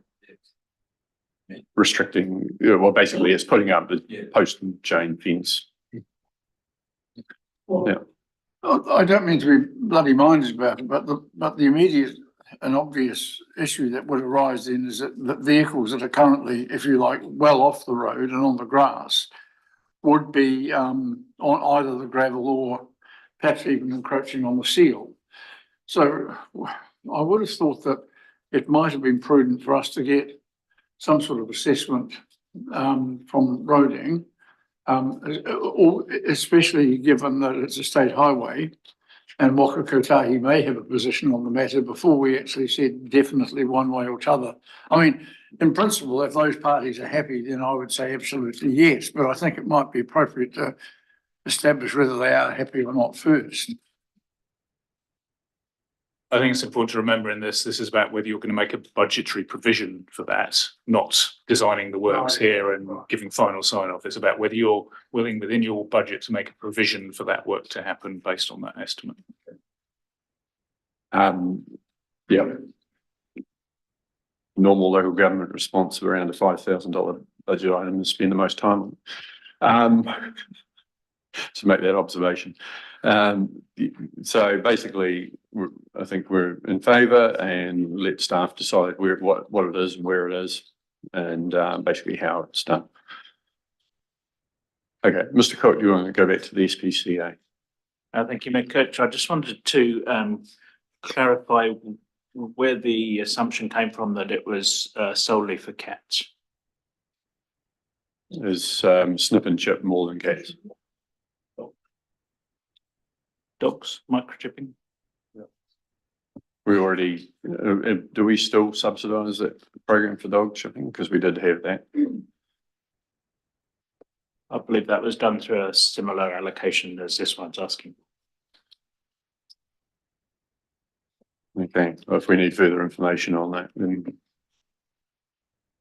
happy for that to come back. I'm not sure on the submission itself whether it was, I believe it was more aimed at cats, which SPCA deal with more than dogs, but happy to get clarification on that. Thank you. Right, back to DDA, increase the mowing frequency at the domain. Councillor Cowles has already commented on perhaps again contracting DDDA to look after that. So I guess it's a vote in favour. Is there anyone got an opinion on whether we fund it or not?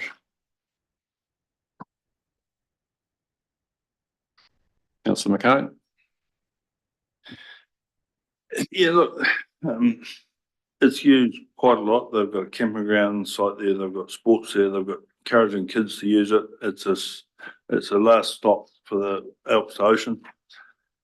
Having somewhere nice and tidy and respectful, I think, is a great thing. And also to commend these with the DDA, and I'm not picking on them at all because I know them, but they're actually doing a great job for that community, and I think it should be encouraged. Okay, no one against. That's approved. Looking at the toilet facilities at the domain. Councillor Hopkins. Yeah, look, my view is this may well point to the fact that the domain, along with a number of other camping facilities, is essentially undercapitalised and possibly historically has been undercharging or perhaps not setting up appropriate depreciation reserves. In my view, a clear and obvious initial beneficiary of the improvement to the toilet would be the DDDA, because they administer the domain and recoup all the revenue from campers and the like. If it were to be, if a new toilet were to be installed and loan funded, I believe the loan, we should essentially say to DDDA, we're happy to do it and we're happy to raise a loan, but we want you to repay the loan. I think the revenue shared. Someone can clarify that. You're right. I remember Jeff saying that now.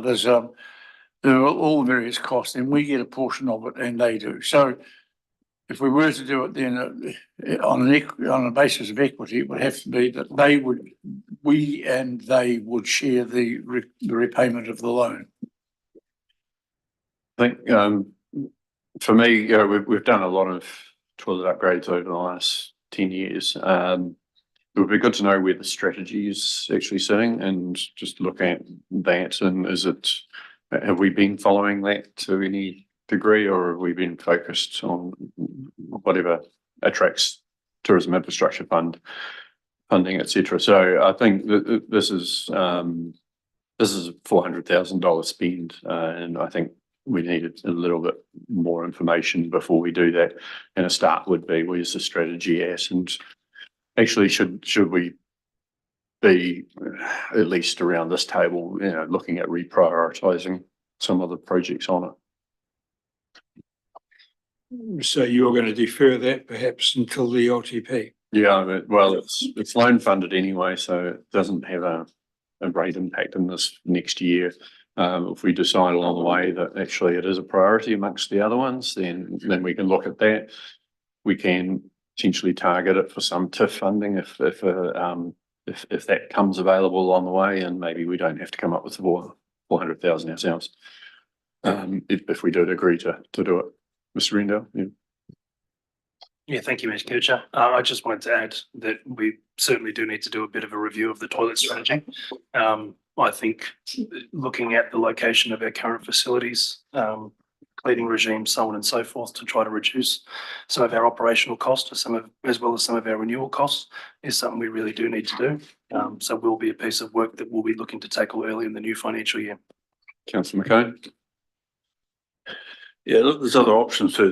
There's a lot of funding available in the Waitaki Valley from various sources. Thank you. Okay, so we'll defer for the time being on that.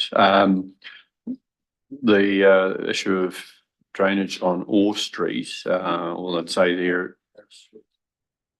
Oh, sorry. Improving, flicking through too quickly. Improving the Dundrum domain entrance off Harris Street. So any comments on that one? Would that be something that the ward amenity rate? I mean, I'm just trying to work out if our community boards had a little bit more in the way of the discretionary fund, surely something like that could be prioritised at that level and funds allocated accordingly. Alternatively, if there is an issue, again, isn't it something that Roding should tell us about? Or I mean, I'm just wondering where the 25K figure comes from and what that would involve, and maybe, which funding sources might be able to be tapped into to get that done. Okay, we've got Councillor Kells with his hand up, but does anyone want to respond to Councillor Hopkins first? We'll go to Councillor Kells. Brent? Yeah, look, I just like a little bit of clarification. I think this is the one where it's, I mean, at the entrance off Campbell Street, but off Harris Street. But this is is this to seal Campbell Street that leads down to the domain? Is that correct?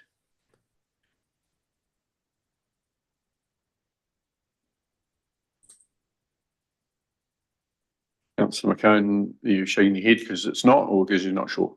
No, I don't know. Okay, just have, you probably have to ask the ward councillor. Councillor Cowles. Yeah. I'm from the description here and the description earlier on, which had a little bit more in it. I think it is for the whilst the entrance of Harris, you turn down Campbell to go into the domain. I have driven down there a number of times, and it's, you know, particularly when it's wet, it's very muddy and mucky, and I think it's only getting worse. So maybe that is something to come to community board if we do have that delegation. We could look at maybe look at that at a local level. Thank you. And just, I guess, responding to Councillor Hopkins a little bit is, you know, where would it be funded from? I mean, if it was seen to be a roading thing, then it's be roading budget, but equally it's an entrance to a reserve. So if it was seen to be a Parks and Reserves situation, then that would come from the ward services rate. So perhaps staff could maybe not give us an answer now, but come back to us a bit on that. I think it would be good to understand that a little bit more, and I'm not sure whether we can give you a yes/no answer today on that particular one. Is it possible to bring more information to the next meeting? Yeah, we can do that. I've just looked at the submission that was placed by the DDA, and they just didn't specify, Councillor Cowles, exactly where that was. They just said the usage of the domain is increasing dramatically. The entrance into the domain off Harris Street is dirt only, which can be managed in the dry but can turn into mud during the winter with frost and rain. We've been talking to council staff, and they in turn to roading and looking at cost to gravel further into the domain. We encourage council to support. So there's no more specifics in that submission, but we'd have to get that. Yeah, okay, so and yeah, it certainly turns straight onto Campbell Street, so I'd imagine that was probably the intent, but thank you. Okay, so if we can just get more information to come to us next time, and there's different ways of funding that be good to get clarification on. Councillor McCone, did you want to talk more on that one? Okay, shall we move to Orr Street now? My belief was there was enough in the amenity rate, but I'm not sure whether there'd been anything spent out of that since it was last reported. Do we know if the funding is actually there in that rate, in that fund? The Duntroon amenity rate, excuse me, is one of the smaller ones, so funding doesn't build up as quickly in that as Oamaru or some of the larger townships in the area, but there will be something there. I think the last report to the Hariri Community Board said there was 17,000, which would be enough. And in that case, there's sufficient to proceed if that's the will of the committee. I think if there's agreement from officers that it is a problem, then it's one that we can get dealt with. It'd be very helpful. Councillor Thompson. Was this not where the water's actually damaging the restored blacksmith? Correct. Which is the rest of both. Okay, so general support? Nodding, yep, thank you. Right, moving to the Wahimo Community Board submission, Copenhagen Streets and Palmerston is being done in the current year, is that what that's saying? Yeah, any reference to 23-24 budgets indicates that work is either underway or intended to be underway or will be funded from that source, even if it says a carry forward, I guess. Right, which is the same for the next one in Hamden. Councillor Hopkins. Yeah, Coach, it's a matter of aesthetics as much as anything, but I happen to be driving south and along the coast over the weekend just to clear my head. And those old tourism Waitaki signs are appalling, and they are in appalling condition. And could I suggest that not only it's good that we've got the budget to replace them, but in the interim, let's take those bloody eyesores down and get rid of them. They are awful, truly awful. Or can we ask the GW board to do that, please?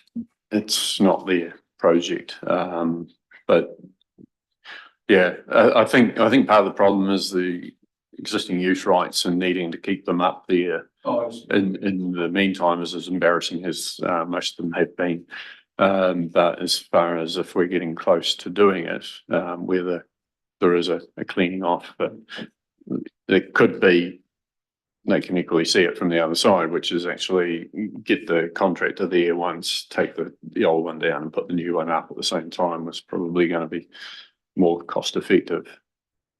Looking at Mr. Rendell. Look, certainly that would be more cost effective to do it once rather than twice. If there was concern with the look of the signs at the moment, we could go and place a blank white space over the top of it in the interim. But again, it would incur a cost of a second visit from a contractor.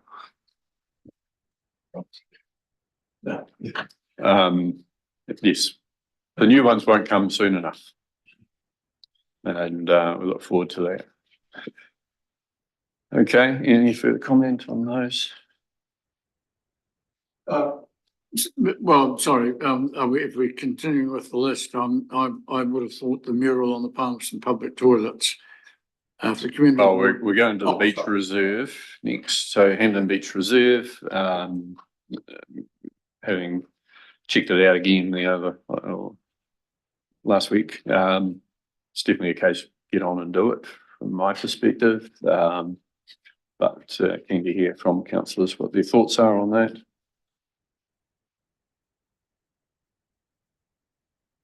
Councillor Thompson, you're in favour as the ward councillor. And another nodding. Okay. Right, so now the mural on the Palmerston public toilets. Councillor Hopkins, what were you going to say? Well, I was simply going to say that I mean, we were talking before and Amanda said at the start that there's the must-dos and the nice-to-haves, and I would have thought this is a classic example of a nice-to-have. It's a small amount, certainly, but to echo Phyllis Butcher's submission that we needed to learn to just say no. If the community board wants to find a local patron, arts patron who wishes to sponsor such a mural, I would have thought we could give them carte blanche, but not $20,000. So I would say no to that one.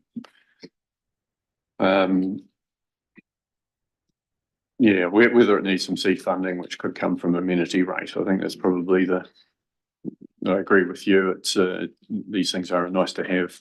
There's been a number of ones done around the district, and it's come from a range of funding sources. But I think we could certainly work with the Palmerston community to see whether there is some contribution that they would be happy to put in there, and potentially some coming from amenity rate. Councillor McCone. Yeah, look, I totally agree. It's cost us nothing so far for painting and murals, so why add to it? Okay, so I think that's deferred for the time being. We'll have some discussions with the community board. And Councillor Thompson, do you have any skills in art? If you're asking me to paint it, it would be and definitely in a modernist style. Okay, that's not there. Right, move to the solutions to rubbish issues in Palmerston, Hamden and Maraki. So there's a new contract. Mr. Rendell, has that been an increase in capacity? Was it Mr. Cook? Okay. I'm afraid I'm unclear as to what that refers to, what the rubbish issues actually are. I thought it was the public rubbish bins, but Through you, Mr. Chair, it's to do with the current levels of service and the state of duress that the rubbish bins are under. I understand that staff have been talking to the community board chair, and there's discussions around amalgamating roading and parks and reserves, who are both dealing in that area, so that it's one contractor and the issues can be addressed. Sorry, yes, thank you. I wasn't sure whether it was to do with the street bins, something related to the waste. Yeah, look, the current contractor that undertakes the emptying of rubbish bins on the roading contract is our current contractor for Parks and Reserves. Obviously, with the upcoming change in Parks and Reserves contractor, there may also be a change there in who's undertaking that work on the roading contract. We're certainly going to be working with both the incumbent on the roading contract as well as who will be undertaking the Parks and Reserve contract on how we can do that more efficiently. And we'll certainly try to look to how we can make that a bit more efficient, optimize it, make it so that everyone's getting the service level that they want. I will say that street bins are quite an expensive activity that we undertake. You know, it's surprising how much these things cost us to run and empty. So certainly looking at where the best placement of street bins is and what the best emptying regime of them is certainly something we need to look at. Thank you. Okay,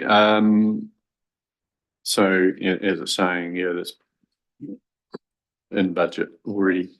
Road signs relocated and traffic calming in Macrae's. And again, it's already planned for this current year, which may be a carry forward. Yes. Thank you, Mr. Mayor. Mention of carry forward makes me shudder because this has been an issue for as long as I've been involved, and hopefully is very shortly going to be rectified. I actually have had correspondence from a former councillor with historic interest in that area pointing out that they've been waiting a long time to have it corrected. Thank you.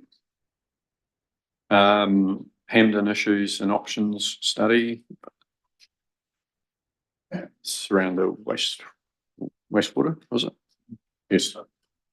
Councillor Hopkins. Look, I suppose the only question I would have in terms of bringing this forward, given all the other things we have to do, given the requirements from Te Mata Arawai regarding the upgrade of schemes and so forth, and a pretty tight time frame for that. If we did bring it forward, would we actually be willing and or able to commit to the likely multi-million-dollar funding cost in addition to everything else in the time frame that people might expect after we had brought the study and the issues and options, after we brought the issues and options study forward? In other words, what I'm saying is, given the timetable and the cost of a whole lot of work that must be done in a pretty short time frame, mightn't it be better to leave this as it is, as a project for the stage 2 of our upgrades? Councillor Thompson. Thank you, Mr. Mayor. I think the concern here, Councillor Hopkins, that nearly 2 years ago, I attended a meeting with staff and the mayor, and we intimated on the will of the 90-odd ratepayers that attended that meeting that we would get the existing study updated and brought current. The concern is from the ratepayers, a lot of them are still sitting waiting as to whether they upgrade or whether an upgraded study will show that we can supply them with reticulated sewage. Which is only important if you worry about economic development and the environment. Councillor McCone. Yeah, I'd just like to wonder, do we talk to our own water department and see they already haven't done something or such like already, or are going to? This is their project essentially that's come out of the discussions that have been had over considerable long time.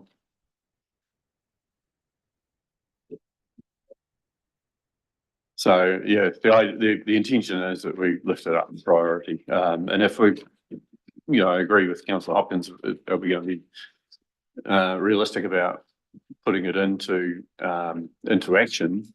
If we get this study done, that we're going to be prepared to spend the money. Well, we can only do that when we know what the implications are and what the costs look like they're going to be, and what better time to do that than when we head into a long-term plan that we can put something into the next decade, whether it's early on or whether it's later on.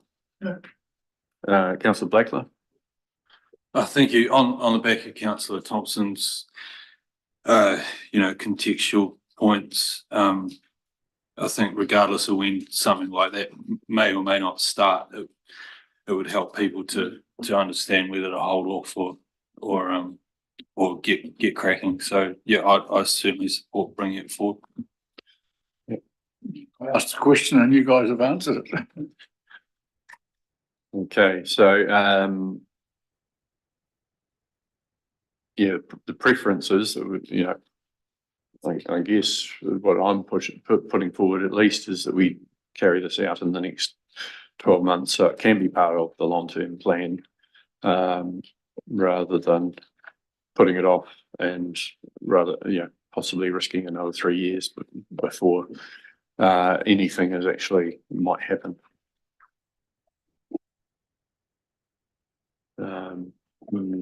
Look to whether council support this plan being done the next year, or do we want to wait until the year or two after that? Councillor Thompson. Thank you, Smear. One other fact that really concerns me from an environmental point of view is we've actually had several relatively dry years. We're about to supply septic services to Hampden to have the tanks emptied on a 5-year basis. But if we went back to wet years, knowing what the ground structure is like at Hampden, and our sisters at the regional council start testing water qualities through the Curry Creeks, we might have solutions forced upon us rather than us being able to control the systems. Ratepayers were told at that meeting that reticulated sewerage could cost them in the range of 38 to 40,000 Ks a property, and the meeting virtually unanimously supported that. And 2 years later, we haven't updated the study. So just repeat the question again. Is people supportive, councillors supportive that we get on with this?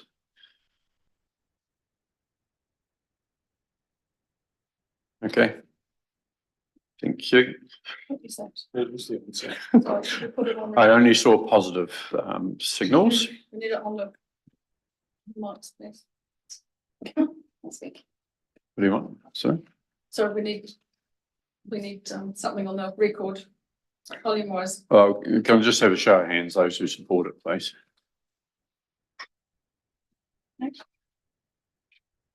Yes. Okay. So next was enhancing the gardens in Ronalds A Street, and that's project in this next year already. Okay, so that's included in the budgets, as is the Eastern Margo full funding and the Wahimo Heritage Trust funding that we give the Councillor McCone. Look, I disagree with all the last three, actually. The pool can be funded by their own district, and the Heritage Trust, there's a Heritage Trust here that provides the system, so why should that be singled out to the, if you own a heritage building, you also up for some of the cost. So both those causes are funded from the Wahimo Community Board as part of their community grants scheme. So it's already taken care of, and all these people are doing, I believe, is ensuring that they're not overlooked. The pool is made available to the community, and in the same way that Papakaio does theirs, the local communities pay for that access. We make sure that it's available to more than just the school pupils. The Heritage Trust is the museum that they run down there, and it provides funding to that each year to help it in the same way that we do a number of different organisations. So again, it is the local community or ward at least that's paying. Okay, moving to our Hariri Community Board, and we've got a number of footpaths that they submitted on. So first of all, the ones near the Kura Bridge, a couple of options there. Mr. Rendell, do you want to comment on those? Are you over that one at all? Sorry, I am not actually aware of this particular project, Okay. so I'm just trying to have a look at some information. Obviously, a couple of quite distinctly different budgets that are set for this, and yeah, whether it can be done on the existing roadway with some bollards separating pedestrians from traffic, or whether there's a whole curve and channel and footpath set up. Councillor Cowles. Yeah, look, I'm just having a look on maps at the moment, and from what I can see on there, it would appear there's quite a bit of green space along the side of the road there that could be used. It's not a long way. It's only to get down to the wetland walkway, which is just in behind the entranceway, is just in behind the road that runs along behind the shops. So I would take it that, you know, the bollards and along the side, if it was possible, would be, I'd support that. The 100k option, I guess, would be something maybe to go back to the community board and see which one they prefer, I guess, but would be the other option since they've asked for it. Not too sure exactly what they were thinking necessarily around what the final outcome would be on that and to what level they wanted that put in. Thank you. Councillor Hopkins. My understanding, and it was confirmed with a visit to the wetlands organised by the Lower Waitaki Zone Committee. My understanding is that the community there, or the people within the community and the wetlands development group would like to see a sealed footpath from the turn off on the main state highway through Kurau down to that area, stopping at the either at the entrance to the walkway or going a little bit further to that sort of parking area and the space where boats are launched, the slipway. So I would have thought that, to me, given the development that's happened there and the increased use, that it would be something that we could and should perhaps approve in principle. But again, I would come back, and I'm sorry if this is, I take Mr. Palmer's point about approving budgets rather than concepts, but it would seem to me to be more than worthwhile to establish from Waka Kotahi what they would or would not allow, and whether the road reserve, the green space, is their land or ours. And I mean, I think it does seem to me that some of those questions need to be answered before we can say anything other than we like the idea in principle.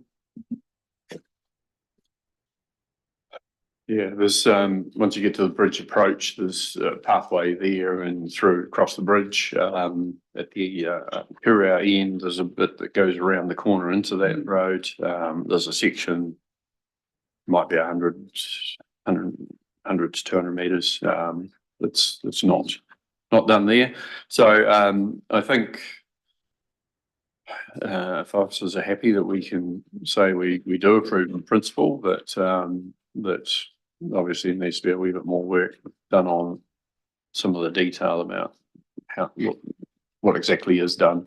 It would be funded through the amenity rate, and I think if councillors recall, I did ask Cal Reid when he was submitting about the potential for loan funding if they spent more than what was in the amenity rate, and that's something that probably needs to be discussed a wee bit more with the community. Mandy. I was just wanting to confirm, are you agreeing option A or option B in principle? Option A being the 100k, 200 metres of the new curb and channel, or option B being the option to create a walkway marked on the existing sealed edge with flexible bollards, which is the estimated 5k spent. proposed at this stage. Yeah, I think the principle being a footpath is available, and then it's like, well, if we go for the cheap option, that would be ideal. But if not, then it's the dearer one. The cheap option will allow us pretty much to get on and do it if Waka Kotahi agreed to that, but yeah, well, probably both of them require that agreement. Mr. Endo. Just a point of note on that, looking at the estimate of $5,000, even if it is just bollard, still does look quite short. Given that that is a state highway, we will have to have some traffic management in when people are working on the road reserve, and that alone is likely to cost greater than $5,000. Thank you. So agreement in principle. And we'll see how that one goes. Just moving on to the other one, I'm not sure, Josh, whether you've got details around the footpath between the Waitaki Valley School and Kurau Township. There is a path that goes considerable way along from the school, but it's how it then gets to from that point to the which is by the golf course to the to the main street of Kurau. Do you have any idea what was proposed? You're waiting for an email to come through. I can, on page 11, there's some detail there on the options there. So with regard to the request to repair the footpath from Waitaki Valley School to Kurau Township, there's 3 different cost options there. One being the new asphalt footpath on the corner of Settlement Road and Mance Road, estimated 110 metres squared of new footpath with an estimated cost of 15,000. Second option there, or second part there, is upgrade of existing chip seal section of footpath on Mance Road to asphalt, estimated lengths of 1,600 metres, area of 1,600 metres squared, estimated 135k. And then there's an upgrade of existing gravel section on footpath on Wynyard Street to asphalt, estimated 975 metres squared, estimated cost there 95,000. So it's in 3 parts. How many was the last? 95,000. So the assumption is that all 3 parts must be done in order to deliver the product.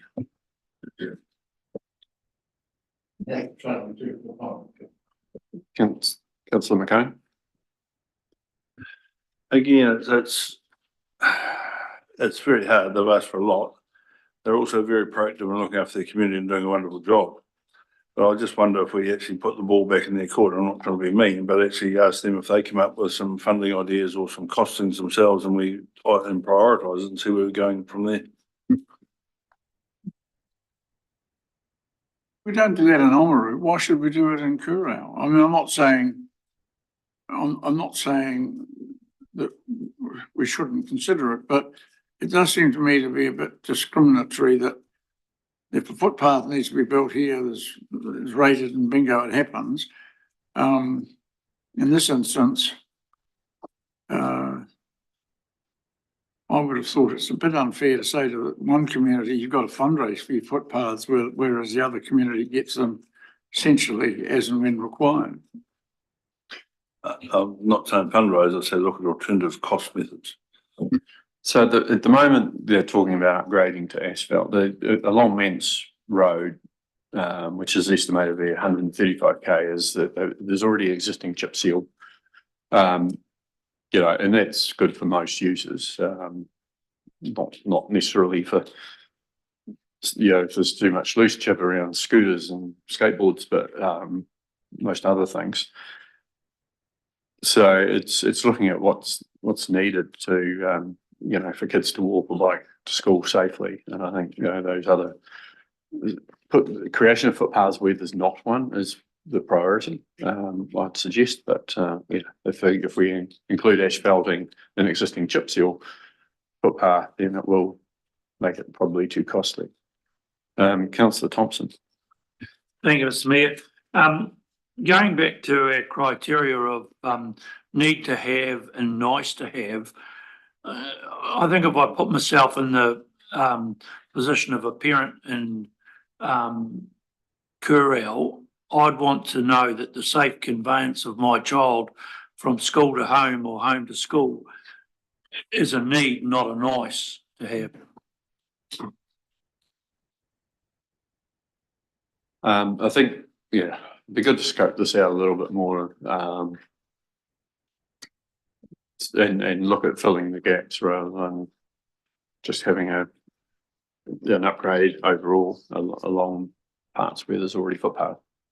Would be my thoughts, but we can't make that decision here. I don't think it's really, we need some more information on that one.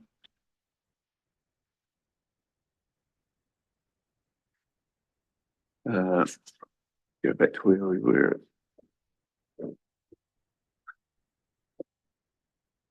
Okay, is that enough for officers to bring to the next meeting? Thank you.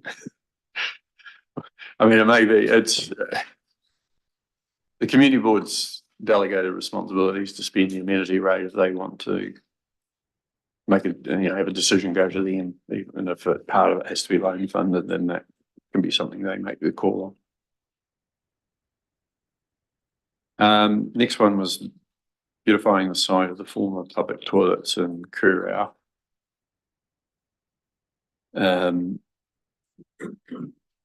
I believe the local community would be quite happy to do the work themselves, if there's a contribution towards the project.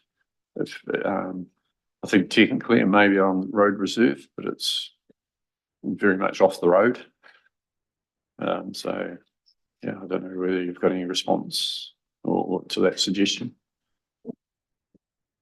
Is it our road reserve?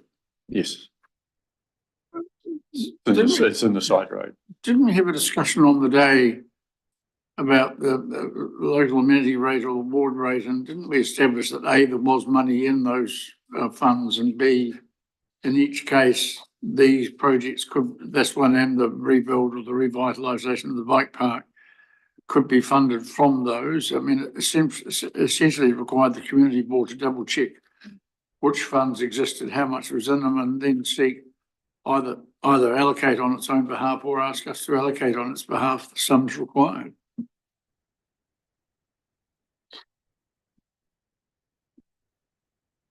Mm-hmm.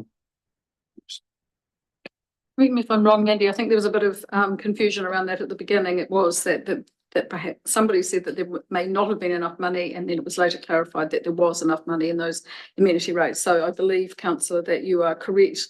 That was the final outcome, might have been not the original one. So I do think it went to a community. I personally put a community board decision report as an action point that I would take through to July or September.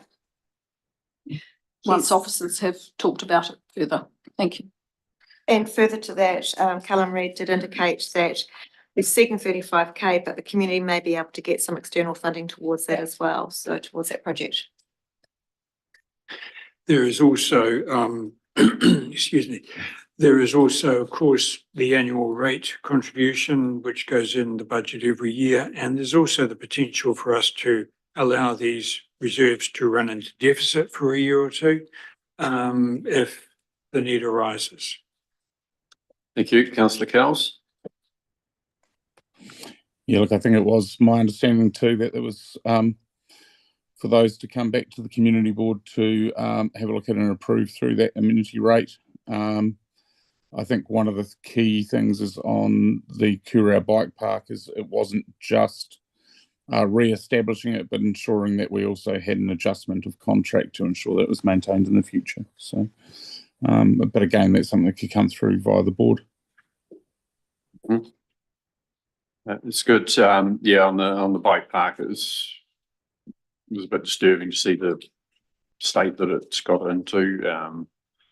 It shouldn't have been allowed to get to that state, but whether it's a modification to contract or whatever needs to happen, has to happen. But it is about getting it back into good condition so that it is safe for kids to, or safe as possible in such bike tracks to get it back into rideable condition. Mandy. Sorry, just to add to that, so when Callum spoke at the hearings last week, he indicated the price for repair of the Kura Bike Park was 50,000. We've indicated 11,000. That was the officer estimate. That price was received from the contractor for resurfacing the bike park, which is written in on page 14. And ongoing maintenance of that bike park is already covered by existing parks contract. Officers did also advise that there is a reserve property sale in the Ahuriri ward, which could provide some funding towards that bike park resurfacing without there being a rates impact on that particular project. It has to be used for a parks type of activity and it would meet that compliance there. So there is an option there for that to be considered. Okay. Thank you. Everyone okay with that? Moving to the Whitestone Civic Trust, initiating study into the economic and social benefits of OWCT, estimated 45,000. My suggestion is this, we do our best to get this out of better off funding as first priority or a high priority. But Councillor McCone, comments? I don't think we need any studies at all. We just need to use a bit of our own initiative, and also there's other factors and other parts of this organisation looking at these things right now. Councillor Hopkins. Look, if we look at the request from the OWCT directly or indirectly, it comes to nearly 100,000 because there's an additional request for the reinstatement of 150k annually to the visitor centre, which isn't. I mean, yes, it's Whitestone City is now an OWCT project. My view is I would only approve this if it were, if we could get the money from better off funding, maybe, although personally I would want the analysis or the study to include alternative options that may actually arguably confer more economic and social benefits, because it is quite clear the OWCT has a very prescriptive policy that may or may not be actually in the best interests of the area and the district more widely. But I was staggered when I asked Richard if the OWCT was willing to fund or part fund such a study, because it was clearly going to be a potential key beneficiary. His quote, and I wrote it down, that it would be almost frivolous to commission such a study. Well, if it's frivolous for them to commission it, why are we sucking $45,000 out of other people's pockets to pay for it? So to me, if you want the study, we'll loan fund you the 45 grand, or we can get it from another source and have some influence on the terms of reference. I'd be in favour, but to rate fund it, if it's almost frivolous for OWCT to do it, would seem to me to be the height of fiscal irresponsibility. I think there was a particular context to the comments he was making, which is they've got a whole lot of heritage buildings they need to look after, and that's got to be their priority. Otherwise, they wouldn't be living up to their responsibilities there. I think if there was some members around this table that had a little bit more faith in them, they wouldn't actually need this particular study done. But despite the partnership that saw the creation of the Whitestone Civic Trust between council of the day and community, that hasn't always been as evident as it could be.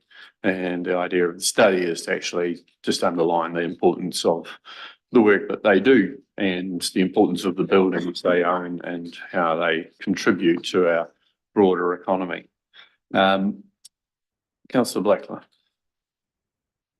I was just basically going to make the point that you just made, Mayor Kircher, so I'll just endorse what you said. Thank you.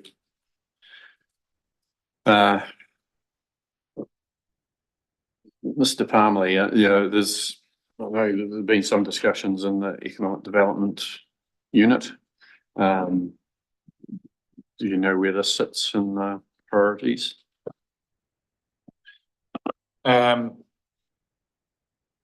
It isn't in there at the moment, I don't think. So this matter was discussed in putting the economic development strategy together, and there was a briefing come workshop with members of the trust and the members of the then council. I think it was the previous council.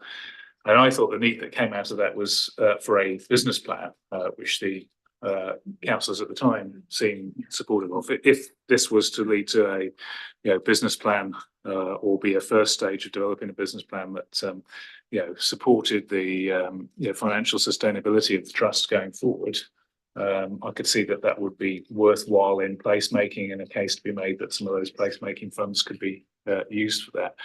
I just question that on its own, an economic benefits study to what's the outcome we're trying to achieve with that? How does it help move things forward? I think it's about understanding how that's going to be used in furthering the trust and its sustainability. I was going to suggest in terms of the better off funding more generally, because we have to have a look at that, given the request from the government to look at that again, that perhaps we bring something forward with the papers to consider how those funds are used, including these economic funds. Thank you. You're very helpful.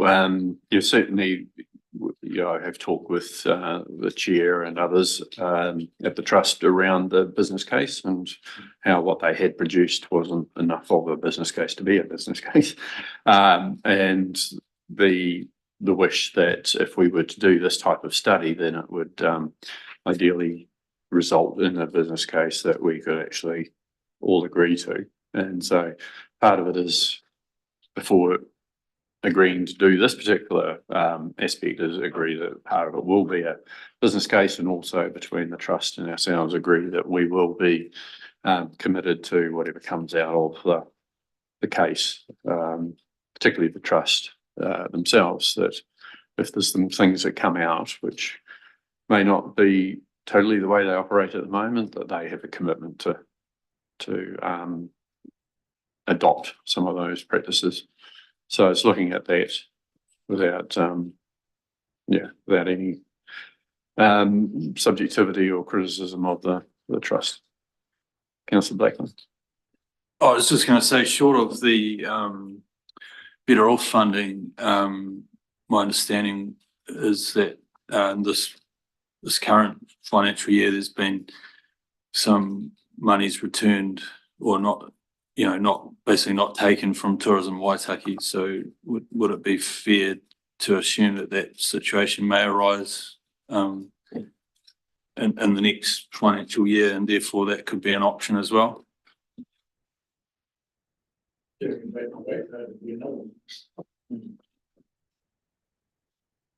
think it's a discussion we have. I'm not sure we can make that assumption. That's not in our hands. That's in the hands of Tourism Waitaki, really, in terms of their business performance. So if that eventuated, the council could make a decision then on whether it wanted to reuse those funds for that purpose. But until we know that from Tourism Waitaki, I'm not sure we can bank on that. We've got a shareholder meeting with them this week, so we can certainly raise, well, it will be talked about where they are at with their current year's funding and how well the penguin colony's going, etc., which has been the reason why they didn't need some of their funding in the current year. So we'll have that discussion.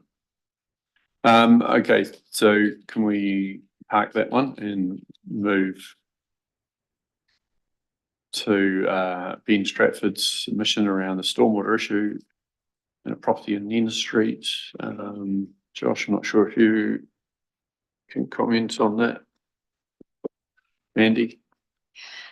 Just on that one, there's already some works in the budget that they're looking at doing work in that area. They're hoping to get that done out of the 23-24 budgets. They've been looking at that particular area because of the impact right around towards the fire station as well. So it is something they've been looking at already doing, and this is just given them that impetus, having that submission from Mr. Stratford to push that forward. They're going to try and get that done in the next 6 weeks out of the current budget. Thank you. Does that, Mr. Stratford's submission said basically the solution that he favoured and that was the most economic and likely to confer greatest benefit on his neighbours involved doing something that we say, or we're saying our policy wouldn't allow, which was for him to plug his stormwater into our system. So are you saying that in the process of agreeing with the funding, that water services have also agreed to that change of position regarding the policy matter? It's actually a roading activity rather than a water activity. I'm just trying to see what direct feedback we have, but I don't believe it was a change in policy required at all. It was something to do with, I can't go into the detail with it. Yeah, but it wasn't anything that they were reversing their policy. It was certainly something within practice. And as I said, they had the funds there they have been looking at that area being critical area to the fire station and the need for that area to be kept clear. So they are looking at progressing that very soon. Thanks very much. Oamaru and Waitaki Visitors Information Centre.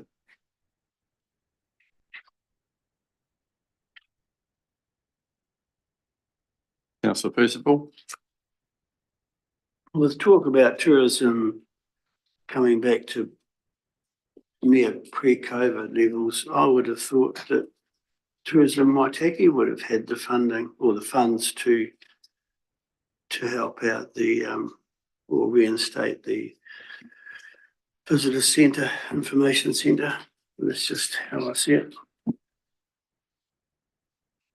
Councillor McCone. Oh, sorry. I was just going to answer in terms of background that was something that this council used to fund Tourism Waitaki for and took the funding away from Tourism Waitaki. Thank you. Councillor McCone. So what are the particular hours now of the visitor centre? And I presume it's halfway along Humber Street, but what hours do they run? And do they run different hours for winter and summer? They definitely dial it back over winter, but I'm not sure what the hours are.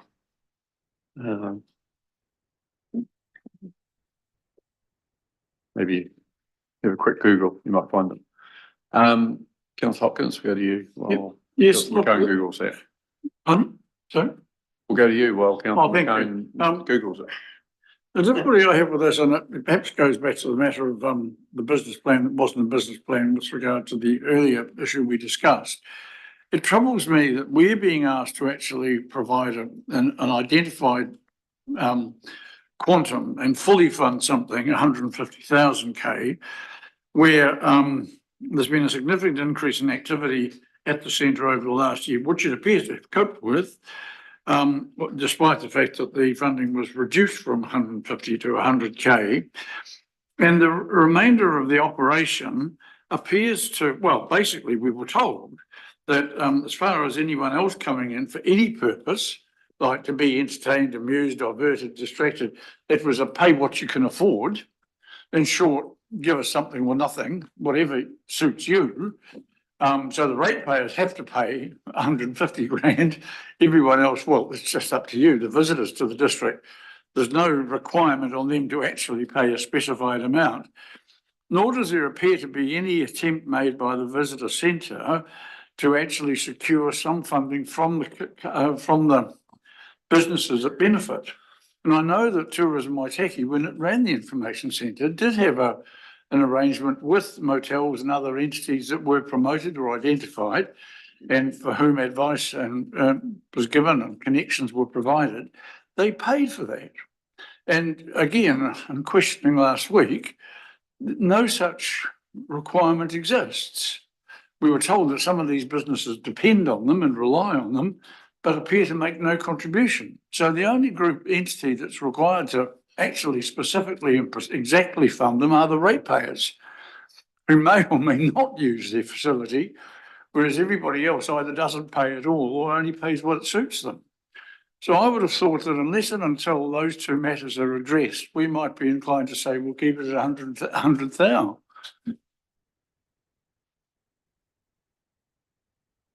Councillor Blackler. Thank you, Mayor Kitcher. I can sympathise with a couple of points there. You know, one around contribution from private private business towards the information centre for their benefit. But there are a number of I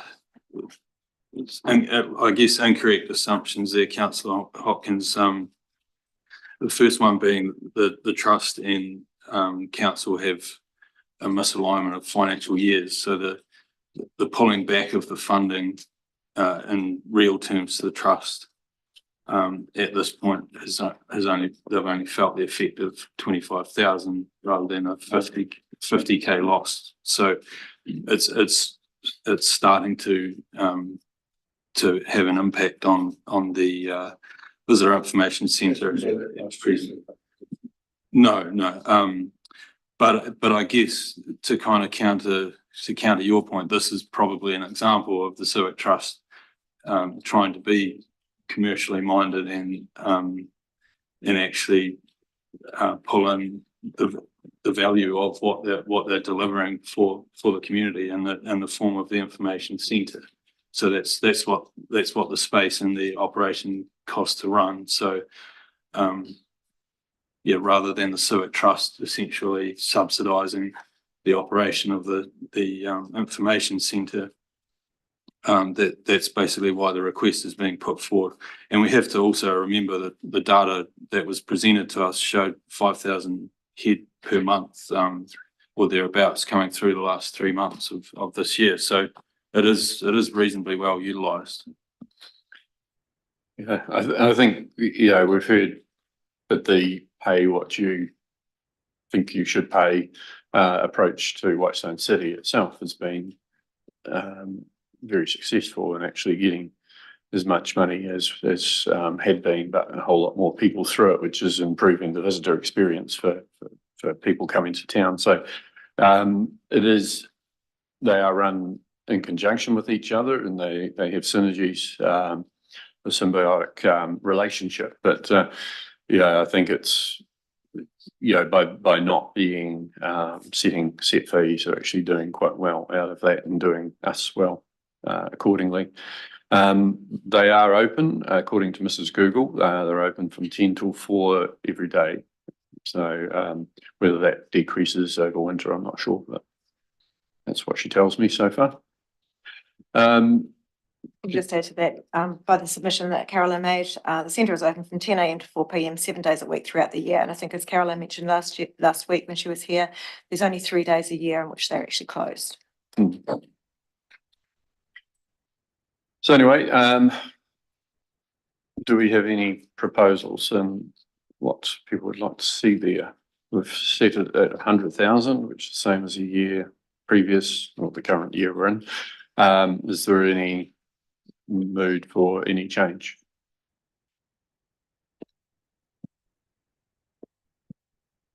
Okay, right. Move on to no change. Move on to Waitaki Resource. No change. Resource Recovery Trust. So I take it we haven't been applying CPI to these ones, no? Yes. Okay, so they were wanting 30,000 more which would increase their annual grant from us to 370,000 annually. Comments? We'll let you go first this time, Councillor Hopkins. Well, look, sorry, I'll take the plunge. In this regard, I'm a poacher turned gamekeeper. I was initially profoundly suspicious of the separation at source and all of the other things that Wirt and other groups, including Wanaka Wastebusters, championed at conferences that I attended, and also locally, obviously. I'm a total 120% convert. I think they're doing an amazing job, and as we heard last week, in some instances, actually achieving higher levels of recycling than neighbouring districts. I thought when Neil Jorgensen brought a budget proposal to us with regard to Wirt some years ago that we built inflation into it. Now, whether we've trimmed it back subsequently as a small internal cost saving measure or not, I don't know. But my presumption had always been that inflation had been factored into that contract. If it hadn't been, I think it should be. So I personally would approved the increase of 30,000 to adjust for inflation, I think. So just to be clear, inflation was never allowed on the grant to WIRT. They applied, they were granted it, and until they applied again, it remained the same each quarter payment. So this is them obviously coming back for more to address their own inflation issues. Thank you, councillor Ryan. Thank you. Just really echoing councillor Hopkins' comments. They've got mounting costs and pressures, and as we heard from Trish last week, they're doing a whole lot of work to address those and build new income streams, and they're achieving great results. So I'm supportive of this one. Thank you. So would you like to see them inflation adjusted, even if there's no change? Would you like to see that grant inflation adjusted each year? It is a changing environment, so I think we need to take that into account. I think that we don't think it would be silly to budget for it, but I think we need to have the conversation each year with them about, you know, what is happening in their space. Because I mean, if commodity prices go up, then they may well not need it at all. But yeah. So Councillor Hopkins, you want to pay them 120% more. Is that what you said before? No, I said I'm 120% converted. I have had a road to Damascus experience. Saul has become Paul. Okay, that's good. So is it everyone in favour of the 30,000 increase? Yes. Yep. Yes. Okay. Right. If I can just give you some background to the next three. We historically don't receive submissions from hall committees. This year we proactively approached each of them. We gave them details as to what their current rate account balance was, what their current annual rate amount was, and proposed changes. Some of those changes were proposed reductions. Only 3 came back within the time frame, each looking for an increase. So we will repeat that process again when it comes to the LTP to ensure that they have input and greater ownership of their resources and a greater understanding of what those resources pay for. Mandy. No, I didn't have anything to add specifically to that. You look like you had something. No, I was just gonna say, you know, if you're comfortable with where that sits, our next attachment is just for your reiteration of what you agreed to. So, but if you want to continue on attachment 3 at the moment before we move to attachment 4. Okay. Councillor Hopkins. There are 1 or 2 issues in attachment 1 that I think we probably should spend a little bit of time discussing that we haven't so far. I would, for instance, draw colleagues' attention to the submission by, I'm sorry, I'm just trying to find it.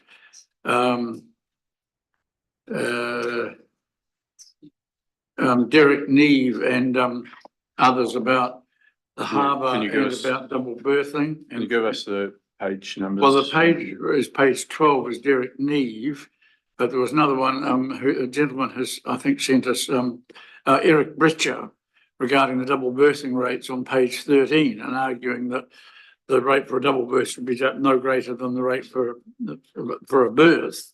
There's also a whole series of cost cutting suggestions from Sven Felming that I think we should give some attention to. On page 12, Franz Schleck, we did say that we liked the idea in principle of looking at whether we had or engaged with a lobby or lobbyists in Wellington, and there is some reference there to some funding estimate or a range estimate depending on what's being sought. My recollection is that we said we'd have to just start with an initial conversation at an informal level, but whether we want to go further than that is something that we maybe should discuss today. But I would definitely think that some of those harbour issues and the submissions from Sven on page 14, hashtag 14-1, are things we should discuss. So a lot of the things that Sven had are in appendix 4. So rather than sorry, attachment 4. Better get that right. Critical information. Mandy. Just in case this was raised as something that you wanted to look into further, Mr. Wells has also prepared for you to go through it at pace. The items, the items that Mr. Fowling raised in his submission and other people had submitted upon, so that he's created that onto the same sort of type of spreadsheet as what you were just looking at. Nothing different there, but he's put those costs in for those proposals. So if you do want to run through those, Ian will quickly guide you through those line by line, and you can decide whether you would like to leave them on or off.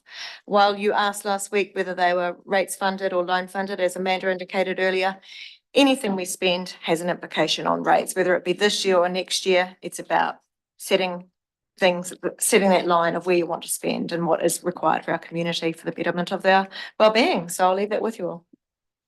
So that schedule is now on the screen. We're going through them presumably in the order that they were raised.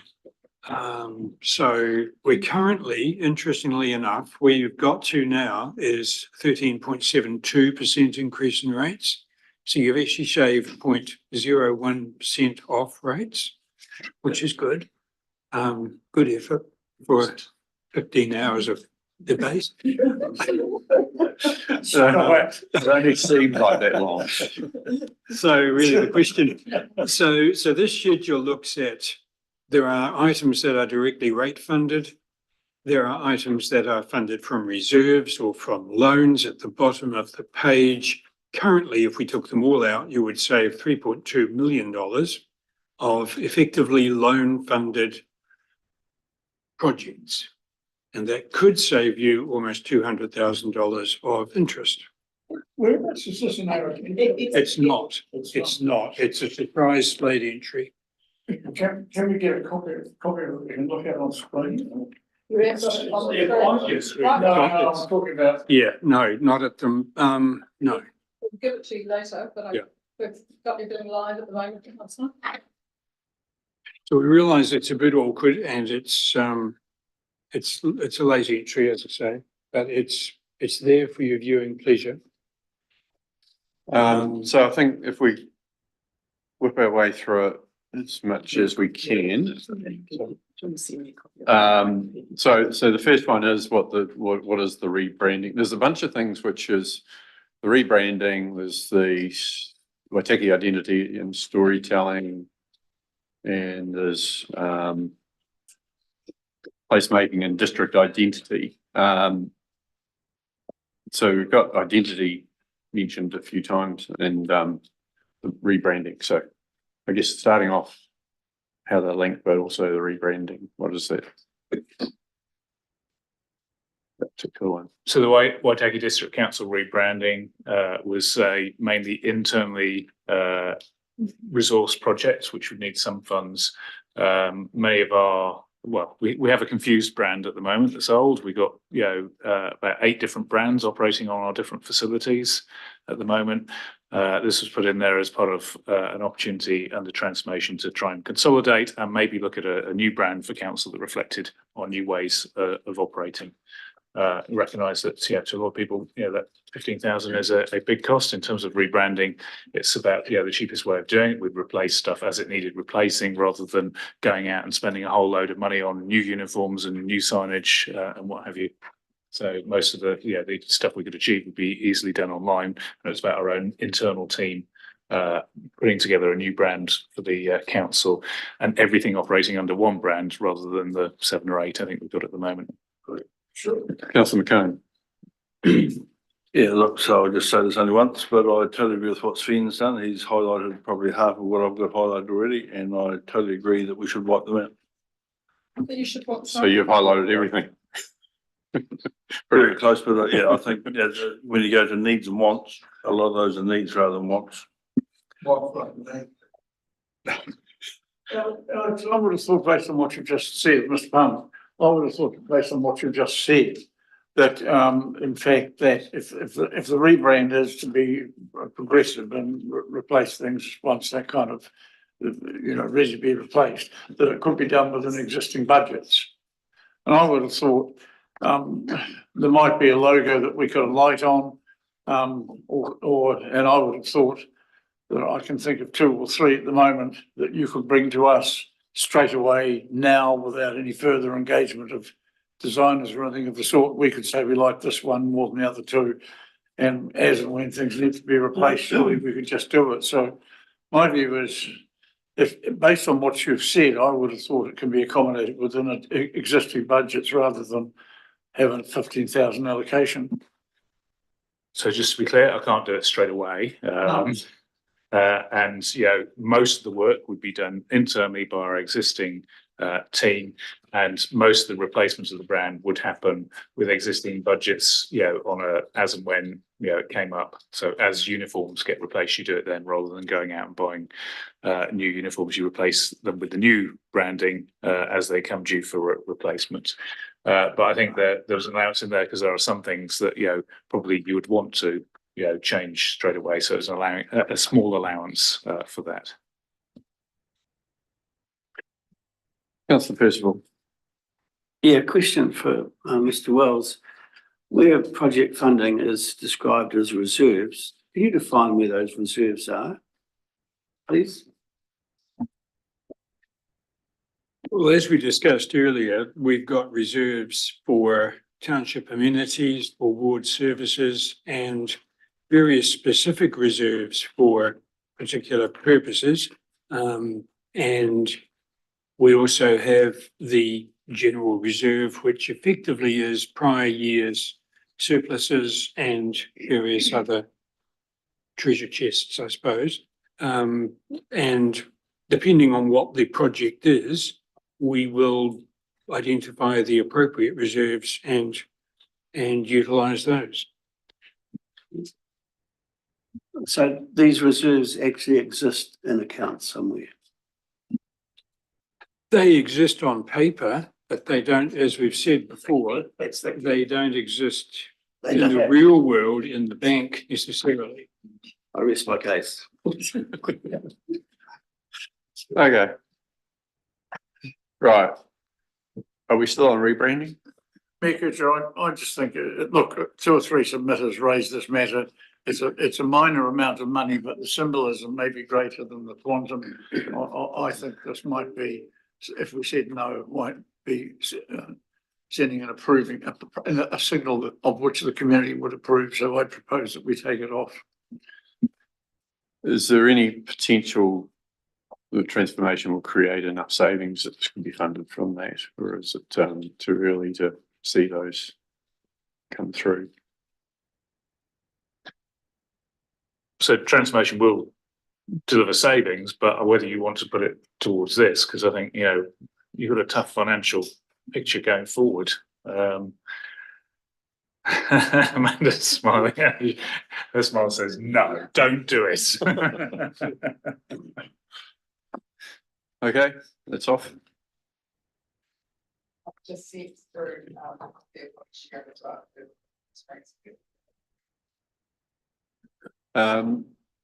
Safety cameras, it was 38 on here, you've got it as 28, is it? That is correct.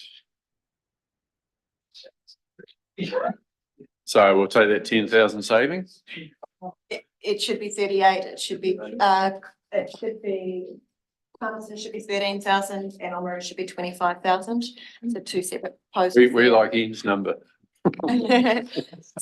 So in Oamaru, I believe it's replacement of the existing cameras, and in Palmerston, new cameras, I believe, for the Palmerston area based on areas that have been identified through the police and security networks that need to be made more secure for where there's been some high safety issues down there.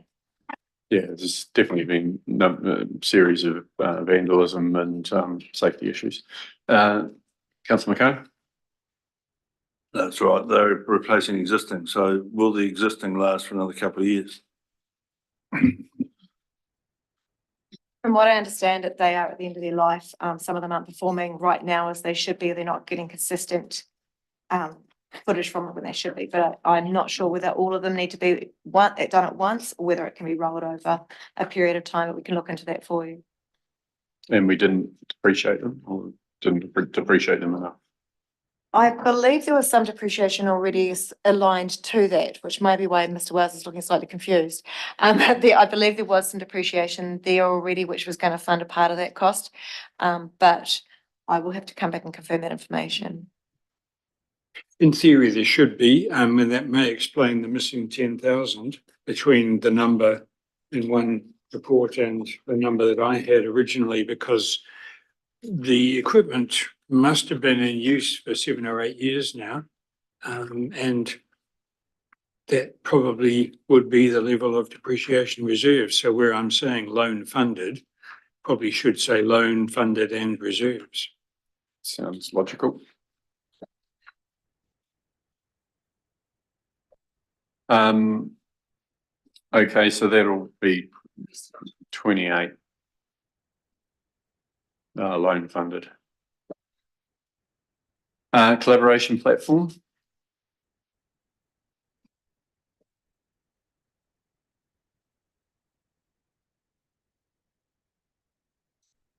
So that's the part of the digital tool that's aimed at connecting individuals, businesses and communities to leverage the broad range of skills, knowledge and experience in the district. The tool can be used to recruit for specific projects or as a tool for networking, mentoring and information sharing.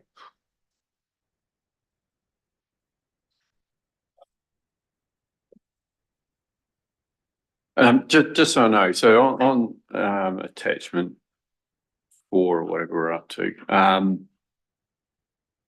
yeah, attachment 4, it's got new and it's got adjusted. So new is basically, this is the first time we've discussed it. Adjusted, we've discussed it, but it's been modified in some way, but we don't know which way. So new ones that were presented through the annual plan process for 24-25. Adjusted may mean that it was previously part of the LTP. Bearing in mind that when we started this project, we were looking at the long-term plan. So the long-term plan projects were resubmitted and that's where they may have been adjusted in some way, or it might have been a financial adjustment that's come through as they've reviewed that project for what was going to be the LTP when we started looking at it. So new were new proposals to 24-25 or the long-term plan. There've been new projects. The previous ones that are adjusted, you have seen in previous years for consideration.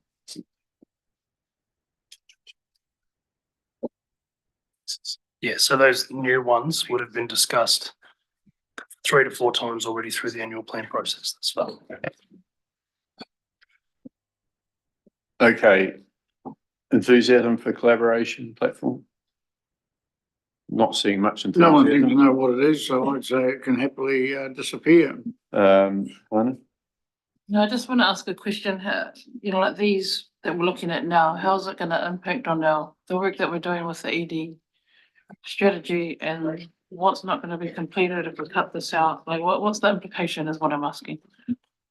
But I mean, all these, ones that, are tagged ED have come from the ED strategy. So essentially you'll be not delivering aspects of the ED strategy, just to be clear on that.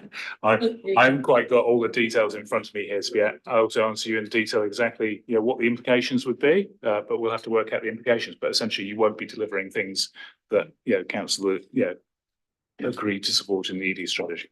Which also lends itself to, do we have the capacity to deliver all of the things anyway? Is it, what's the assurance around that? Councillor McCain. Yeah, just to clarify, I thought the ED strategy was all funded by Better Off Funding, and these are add-on. So, I just wonder why we need them all. No, there was some Better Off funding that was used towards some aspects of the ED strategy, but it wasn't funding all of the ED strategy. It didn't provide funding for all of that. So I didn't hear that.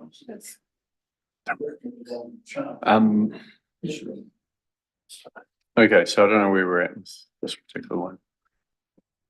Well, if we are still sitting at ED collaboration platform, why don't we take that off and then talk about the Waitaki identity and storytelling do we want to rate fund 75 grand or a loan fund or reduce it or whatever?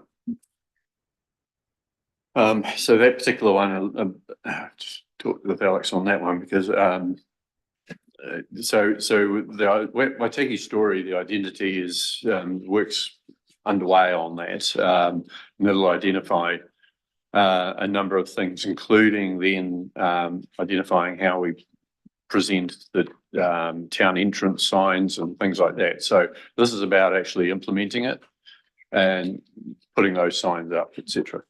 So it is something that I think is absolutely necessary. Yeah, just to say, whilst we've got a small amount for town entrance signs already within the budget, we've got nothing for the entrances to the district, and certainly not enough to do all of the town entrance signs. And even this wouldn't cover, all of those. Deputy Mayor Halilele. I'm happy to keep all the 3 ED projects in. All right. Shaggy. I'm happy to keep, I'm supportive of keeping the 3 economic development projects in there. Okay. Councillor Ryan. Yeah, I'd hate to see us lose progress on economic development. When we went through the process of engaging with the community, we had strong support from our business community for it. While there's been a couple of objections in this process, I think we need to remember that, and I just hate us to lose traction in that space. So you're in favour of all 3? Yes. Okay. Yes. Councillor Hopkins. Well, I know Councillor Percival wants to question the 390 from reserves, but have we established what the ED collaboration platform is? Because if we haven't, I think that could go, even if the other 2 remain. Sorry, Mandy just did read out what that particular project is looking to do. I'll repeat that for you, Councillor Hopkins. It's a pilot of a digital tool aimed at connecting individuals, businesses and communities to leverage the broad range of skills, knowledge and experience within the district. The tool can be used to recruit specific projects or as a tool for networking, mentoring and information sharing. I've got to shoot away for a Zoom call with the Minister at the moment, with Mr Cook, so we're going to do that, and Deputy Mayor Halilele will take over.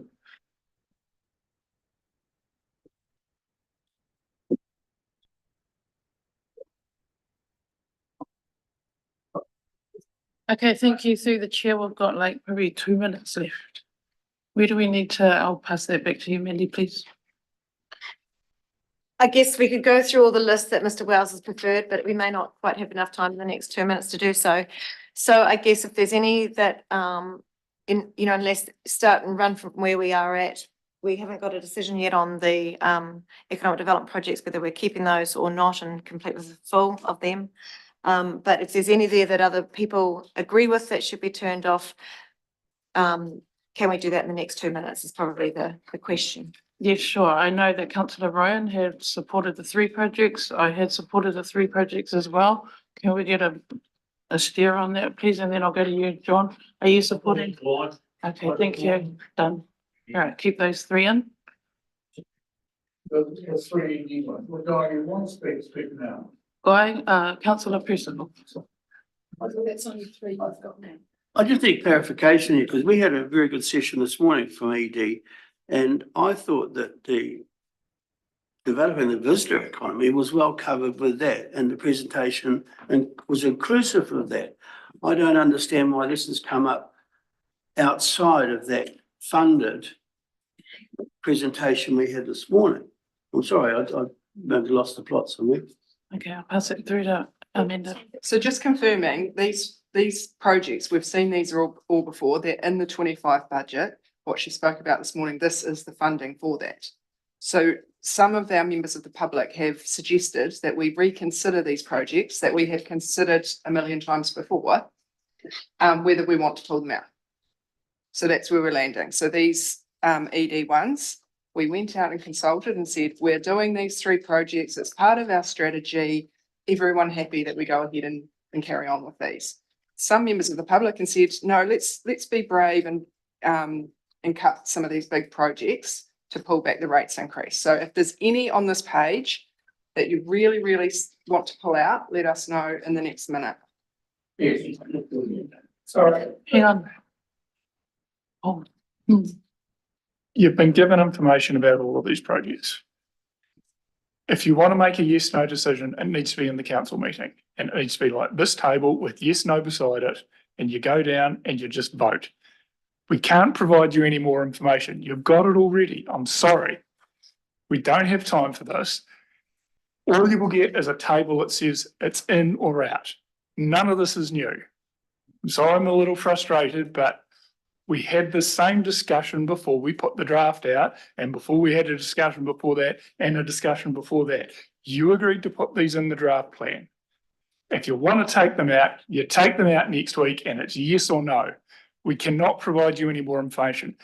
You need to go back and read the agenda, see what the project is and decide whether you support it or not. So we can't give you any more. Thank you for that, Mr. Hope. I think because it's more afternoon tea that we probably actually need a wee break and then we can reconvene after that if you can all hold all your questions and things. Our staff have already kind of given us the indication that all the information has actually already been provided. We're gonna take a break. For those that are watching online, we'll see you back at 3:15 PM. Thank you. So, we can vote yes or no. Sorry, you're still not. This is just deliberations. You can give us an indication by what you want from the board, but you're not deciding. No, that's fine, forward fine, which is an innocent question on my behalf.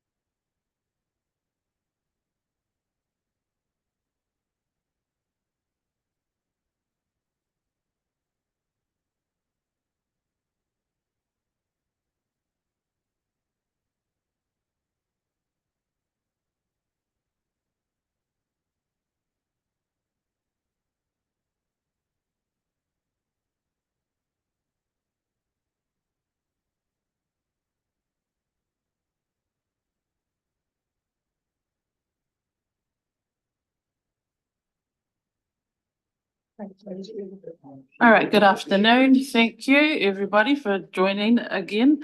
Okay, so we're just going to continue our council deliberations in terms of the annual plan. At the moment, we're currently sitting before the break. We were sitting at 13.72%, and I would like to pass it over to Ms. McIntosh just to kind of take us through this next step, and then we'll go from there. Thank you. Thank you, Deputy Mayor. So just for the councillors, just to confirm, basically what happens here, if we get an indication on what projects you do want to take forward or don't want to take forward from that list that we're just looking at right now, or any other projects, at the meeting next week, on the 11th of June, which is the key directions meeting, the same sheet that Mr. Wells presented today with the starting rates point at 13.73, he'll bring that now that it's down to a 13.62, was it? 13.72, and he'll add to that underneath that is the directions that we get given here today about which projects we proceed with or don't, and then we can make a final decision at that key directions meeting on which ones we proceed with. So one way, as Councillor Hopkins just mentioned, is we can just quickly run through that list that's put up there, which seems to be, whilst one person submitted that those projects should stop, there are a few other people that expressed similar concerns.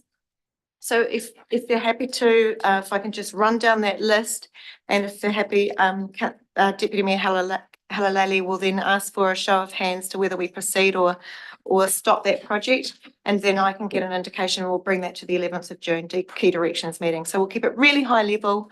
We'll just proceed through it as quickly as we can in the light of time. So so if that's all right with you, Deputy Mayor Halalali, I'll proceed that way. Yes, thank you. Lovely, thank you so much. Okay, so the next project on that list is the Geopark Discovery Hub, which is going to be largely funded by grants. Any thoughts or show of hands? Oh. Look, through you, Yes, Madam Councillor Chair, Hopkins. we've signed on for the Geopark. UNESCO has said we have to have a hub. So we have agreed in principle, subject to funding principally from external sources. I don't think we can welsh on that deal now, but quite clearly it's very much a work in progress, and there's nothing that we have committed to at this stage. And I'm not quite sure the 150 might be for feasibility. I rather suspect that could be reduced at this initial stage, but I don't think we can take it out. Yes, no? Do we have a yes? Show of hands for yes. We've got one no there. Yes. Four. Yes. Majority for yes. Okay. The next item being the council CBD blueprint. I do have a question. May I ask a question? One question. Is this, I thought we had a placemaking thing that was funded from the Better Off funding. Is this different to that, additional to it? What is it that we are loan funding that isn't part of the CBD renewal scheme?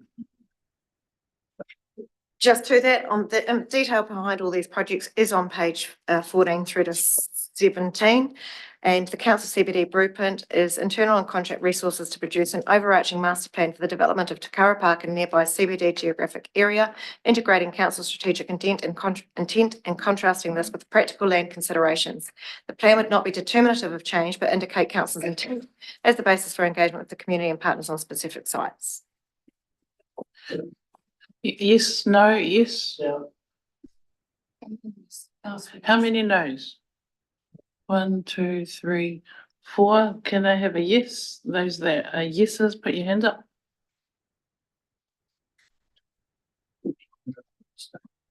Okay, I think it's a no. Sorry, Mandy, can we just double check the rebranding one at the top, please? Was that a yes or a no before the break? Rebranding. We'll do that call again. Can I have a? Sorry, I'm just going to cut through and just going back to the top of the list because I had a query from one of the elected members that they weren't sure. So we just need to double check. Rebranding at the top, is that it? Those that are yes, those that are no, put your hand up. Yes, put your hand up. 1, 2, 3. No's. 1, 2, 3, 4. All right. Okay, we can go down to, is it the freezer building feasibility? All right, you're not listening. Those that are yes, put your hands up, please.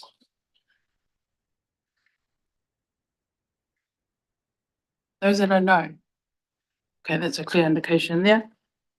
I'll pass it back to you, Mandy, please. So the next item is the Oamaru Airport fixed wing hangar development. We put on to show of hands for those in favour of.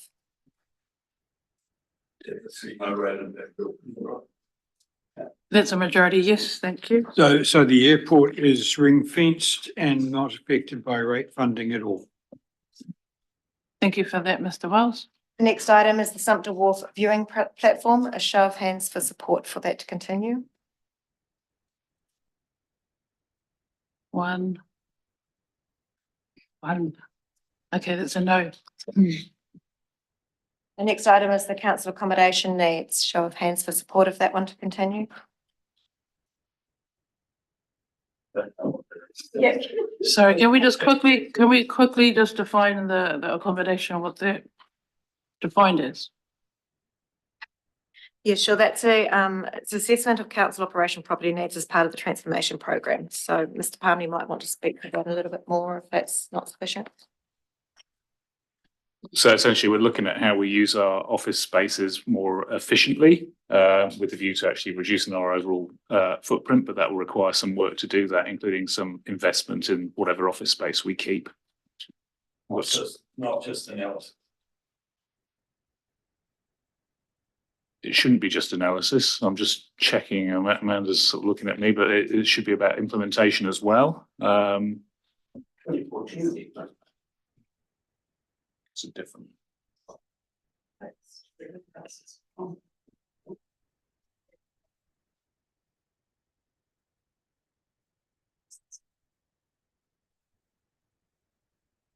Okay, can we have a show of hands, those in favour of keeping this in? Sorry, can I ask one more question? Okay. What would be the justification for like the significant level of spend on something like that?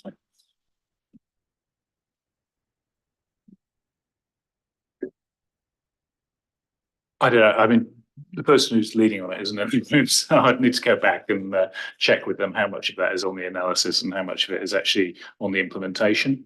I suspect in terms of the actual implementation, it's probably a bit light in terms of that budget, but I would be surprised if all of that money was going on analysis. That's something we can confirm for the next meeting. Yeah. In the meantime, we'll keep it in. Yeah. It sounds important, so we should keep it in, and then further information will be provided at the June meeting. Thank you. Next one. So the next item is the Harbour Beach volleyball. So a show of hands towards that for support, please. Yeses?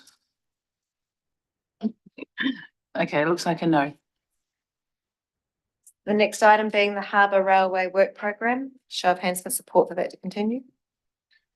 Could I just ask, is that a additional to what they already receive, or is this a special project or request? A new project.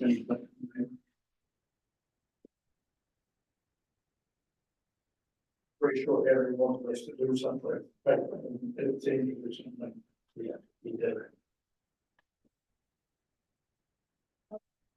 Just wait for confirmation from Mandy.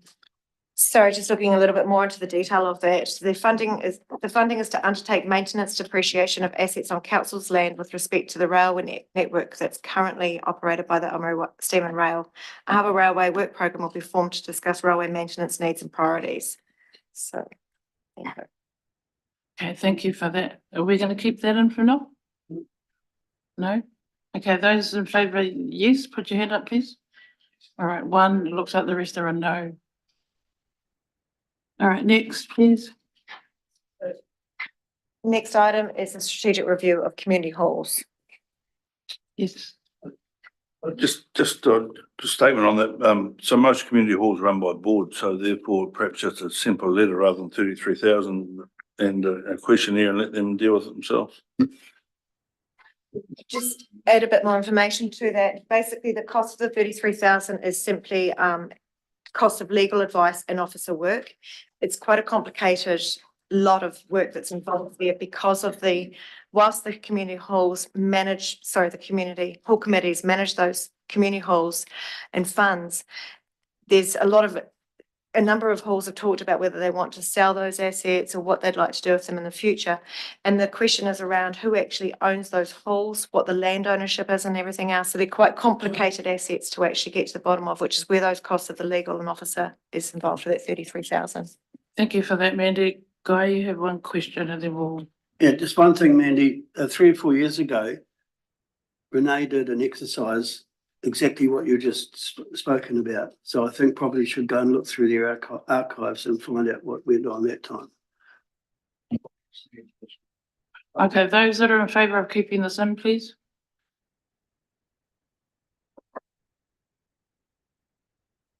Those that are against, those who are a no. All right, there you go. So the next item on the list is the wharf end installation on Holmes Wharf. May I ask a question, Madam Chair? Yes. During the submissions, I think the mayor pointed out, or raised the possibility that the wharf end installation would only proceed if it was externally funded. And what we're being told here is that it may be loan funded. Now, I personally would be happy to leave it in if it is externally funded. I wouldn't be happy to leave it in if it was loan funded. Thank you, Mandy. So thank you, Madam Chair. There has been no discussion of this previously being grant funded or anything else. It has only been a loan funded project that's been put forward by the property team. We could potentially defer that for 1 year and look at whether there are grants available to make that happen in the following year. There is no need for that to be in the 24-25 necessarily. It won't impact. Okay, those in favour?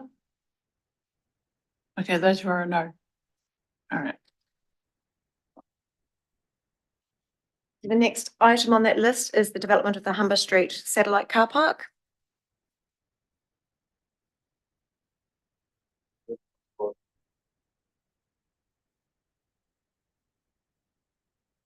Sorry, I believe it is behind Forrester Gallery. I'm not 100% sure on the detail of that one, unfortunately. I don't have any more information on that.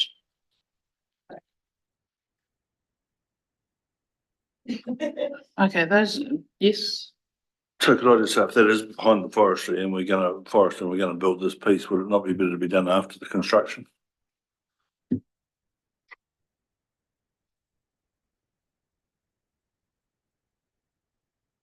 Sorry, we can bring some more information back to the next meeting if required. So I'll get some more information on that and bring that back to the next meeting. So if we just want to leave that in for now, and I'll bring the information back to that. Great, thank you. Next one.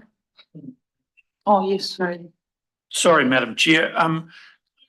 I've just had unfortunately, I was out of the room on a phone call. I've just had a message from Waihemo Board Chair asking me to confirm that the council is saying no to this security cameras in Palmerston. Can someone clarify that for me? It was a yes. Oh, no, thank you. Thank you very much. It's a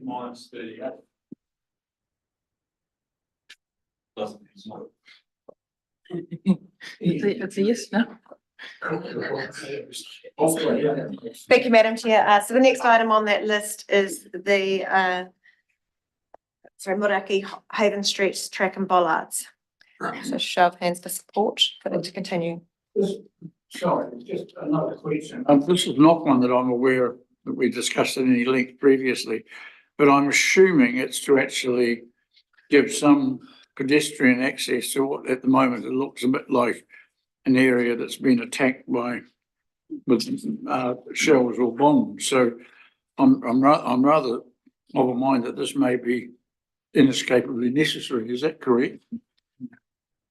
That's correct. It's basically, it's primarily a safety issue down there to allow safe pedestrian access across that piece of. Okay, thank you for that. It sounds like a stewardship decision. Yes, those in favour, yes, to keep it in. All right. So the next item on that is the district-wide recreation volunteers. Yes. Show of hands for support for that to continue. Looks like a yes to keep it in, thank you. Next item is the Waitaki Rural Cemeteries signage. Show of hands to support that.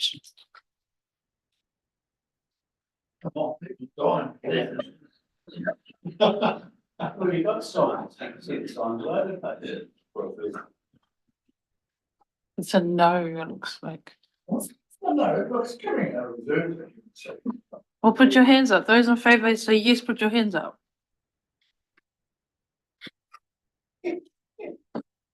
Those are in the list. People are going to come and visit you. Did you say no to that? Did you look like a no? Yeah. No, I said yes. Yeah. Did you say yes or no? I see. You young whippersnappers are gonna end up there at some stage. It's about time you actually thought of the next generation. Okay, sorry, can we redo that again, please, just for our clarification? Those in favour of keeping that in, put your hand up. Signage. Yes. Good on you, Tim. It's 3 for a yes. Oh, cool. Okay. Well, it's only two. Yeah.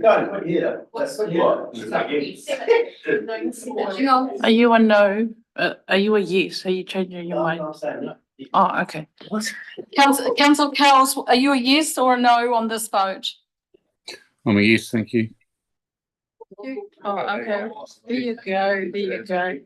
And keep those signs in. Yes. Okay. The next Okay. item is the Great Rides, which is dependent on external funding, and that is funds for the development of the trail. Co-funding source, there's no cost savings available, it's dependent on external funding. I didn't ask for a show of hands for supporting that to stay in. Yes. Stay in. Yes or no? Yes or no? Yes. And now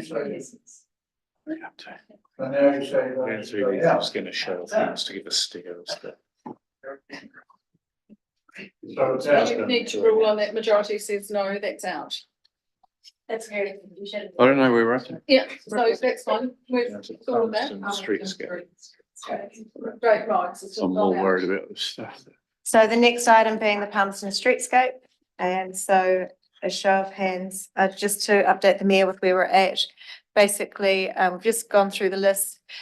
What we've just agreed is that this, as per process, the starting point that Mr. Wells showed earlier of the rates now landing at 13.72%, we'll bring that back to the key directions, and these items that we're discussing now to bring forward to the key directions, we'll make that final decision whether we leave them in or out at that decision, but we're getting the majority of hands now to have that further discussion at the key directions meeting. So sorry to carry on with the Palmerston Streetscape. A show of hands for those that would like it to stay in. Stay. Isn't this coming out of the- federal funding? So is it coming from the Water Reserve? Yes. Oh, okay, that's fine.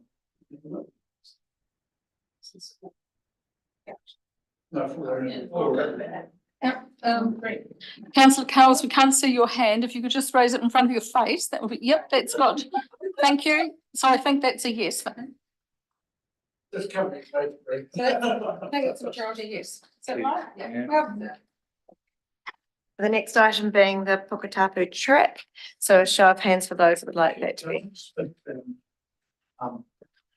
Thank you, Mr. Chair. Look, there's ongoing discussions with staff, the Puketapu Trust and the Community Board, and we have made it explicitly clear to the Trust that we have the initial funding from Better Off, and until they start fundraising and committing funds, we are not keen to carry the can for this project. So they are patently aware that they need to actually get their act together. Did you check it out?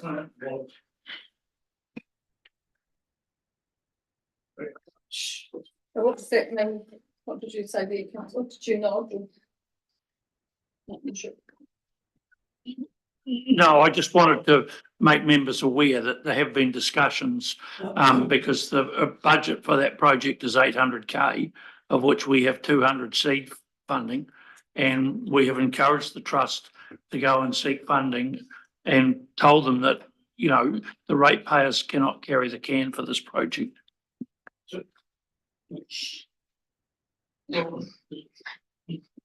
Right, are we asking for those four? For Puketapu? Done them. Agreed. Southern Harbour toilet facility upgrade.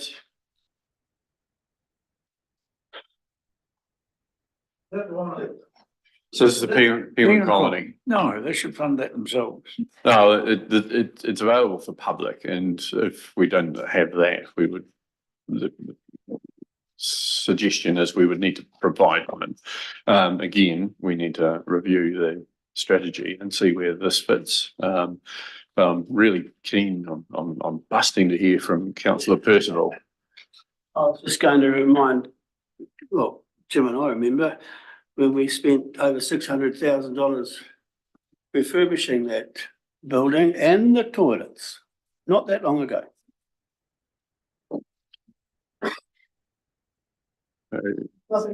Mandy. And on the line of previous conversation around the toilet strategy, I can bring some information back to the next meeting. We can hold it in as something to discuss at the 11th of June if you'd like me to do that. Okay. I'm still trying to reconcile the list over there with what I've got in front of me here, but anyway.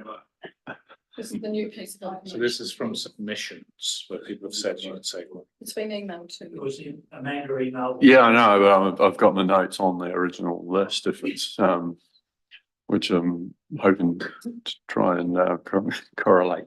Councillor McCone.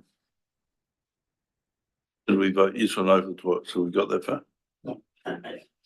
Keep it in for now. Mandy's bringing more information back. So, sports ground resurfacing.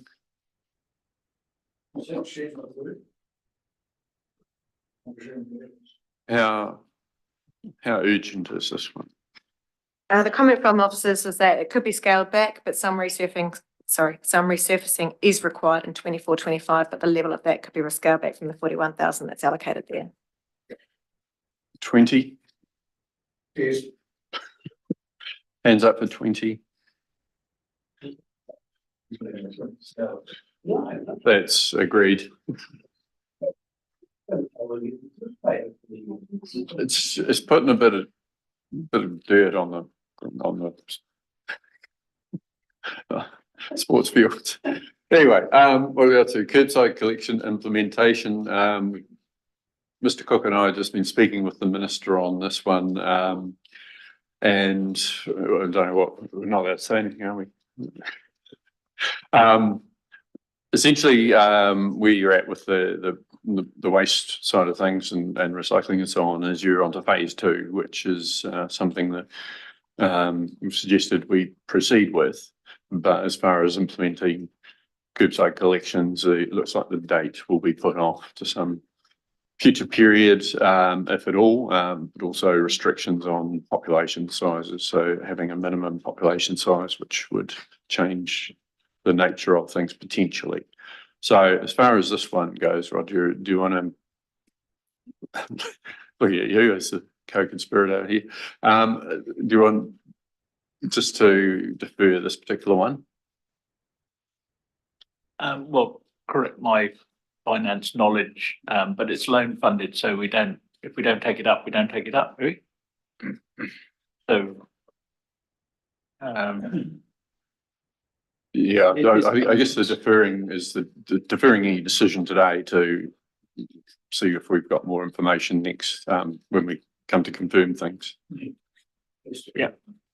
So, you're not making a decision on curbside collection today. You've got a process to go through for that. This is just about whether you keep some budget provision in there, pending seeing the outcome of government policy and whether that changes or not from what it is currently. Okay, so that'll come back to this next meeting. Archive, people are wanting a flat bed scanner. Just to give you a bit more information on that, that's basically, that type of scanner is best for maps, plans and large format documents. That avoids having to get that offsite, digitalised offsite. So it's just requiring the scanner, not the ongoing work of using it. And they may be able to charge out the use of that to people who want to request maps and things as well, so. Can it be used for part of the council digitisation project? It can, because we've cut that project, have we not? Or is it still in there? Oh, so was the plan to use that as part of that?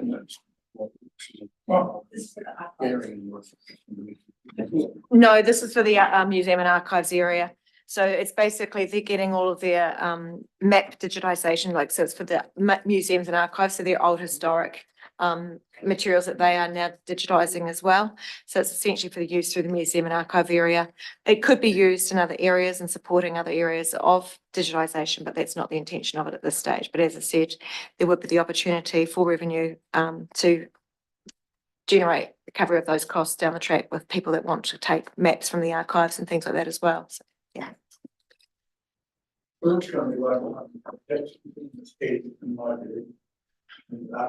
you put your microphone on if you're going to put your microphone on? So if it's going to be loan funded, then it has to earn its keep and whole or in part, in my view. And archives need to be advised of that. And we need to tell them that we want a charging regime. Equally, if it can assist with council digitisation ambitions and strategies in a wider aspect, then it clearly has benefits beyond archives and probably is a reason for keeping it in.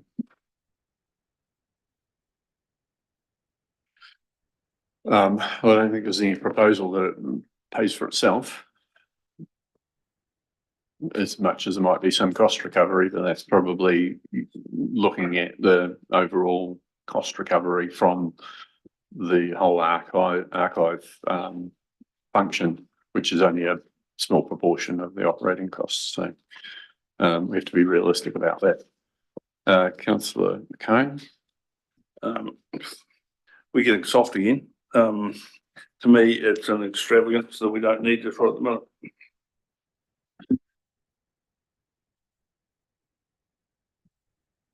Okay. Hands up for those. Oh, sorry, Mr. Cook, you. Just speak on behalf of the archives, perhaps. Our data is one of the unique factors that we have as a council and probably one of our greatest assets.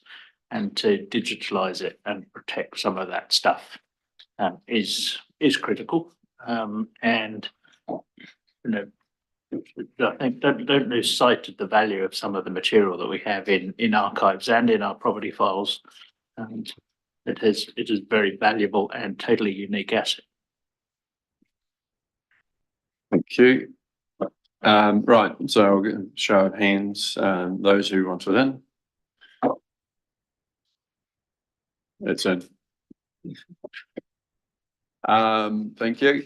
So The position we're at now is at a rate increase of 13.43%, which is an improvement on what we consulted on and a further improvement on where we were prior to this meeting.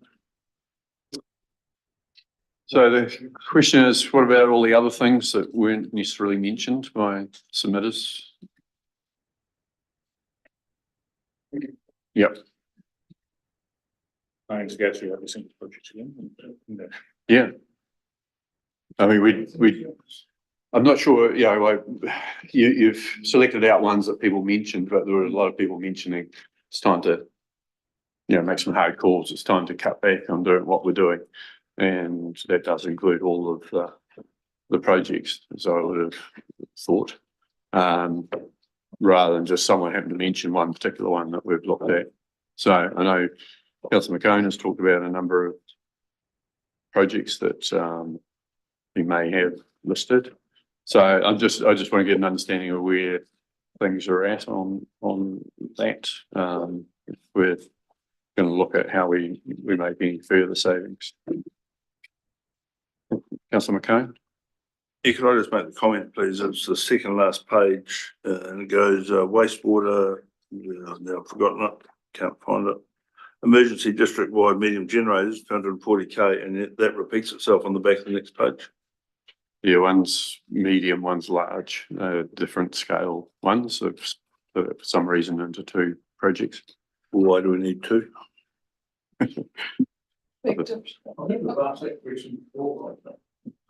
Councillor Blackcliffe.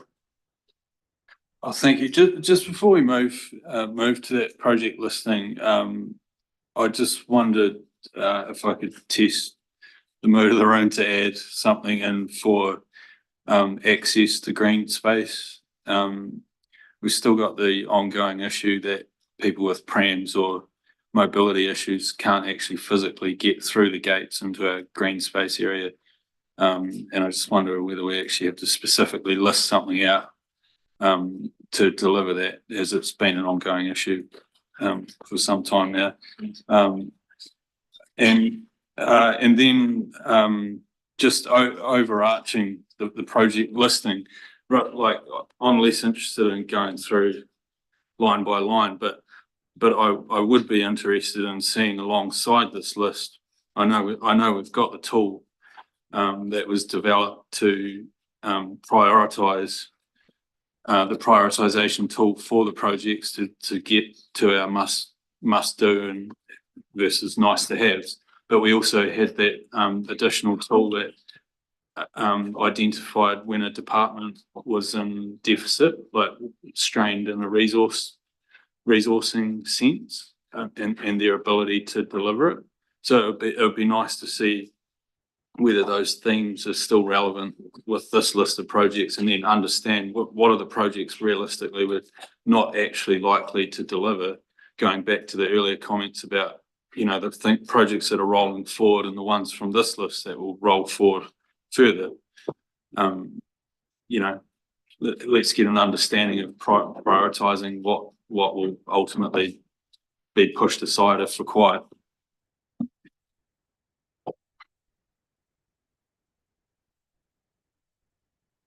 I don't think we're able to roll the tool back out now. All I'd say is that when we did this, the capacity of the department to deliver was a factor in that led to this list. So, yeah, the starting point, the assumption is that, you know, this is what's deliverable within the resources that we have. But that was one of the factors in terms of being able to, you know, come up with a list that was, you know, within the sort of the means of the organisation to deliver. Did it assume, though, that we were starting from a blank position, or that we'd be carrying stuff through?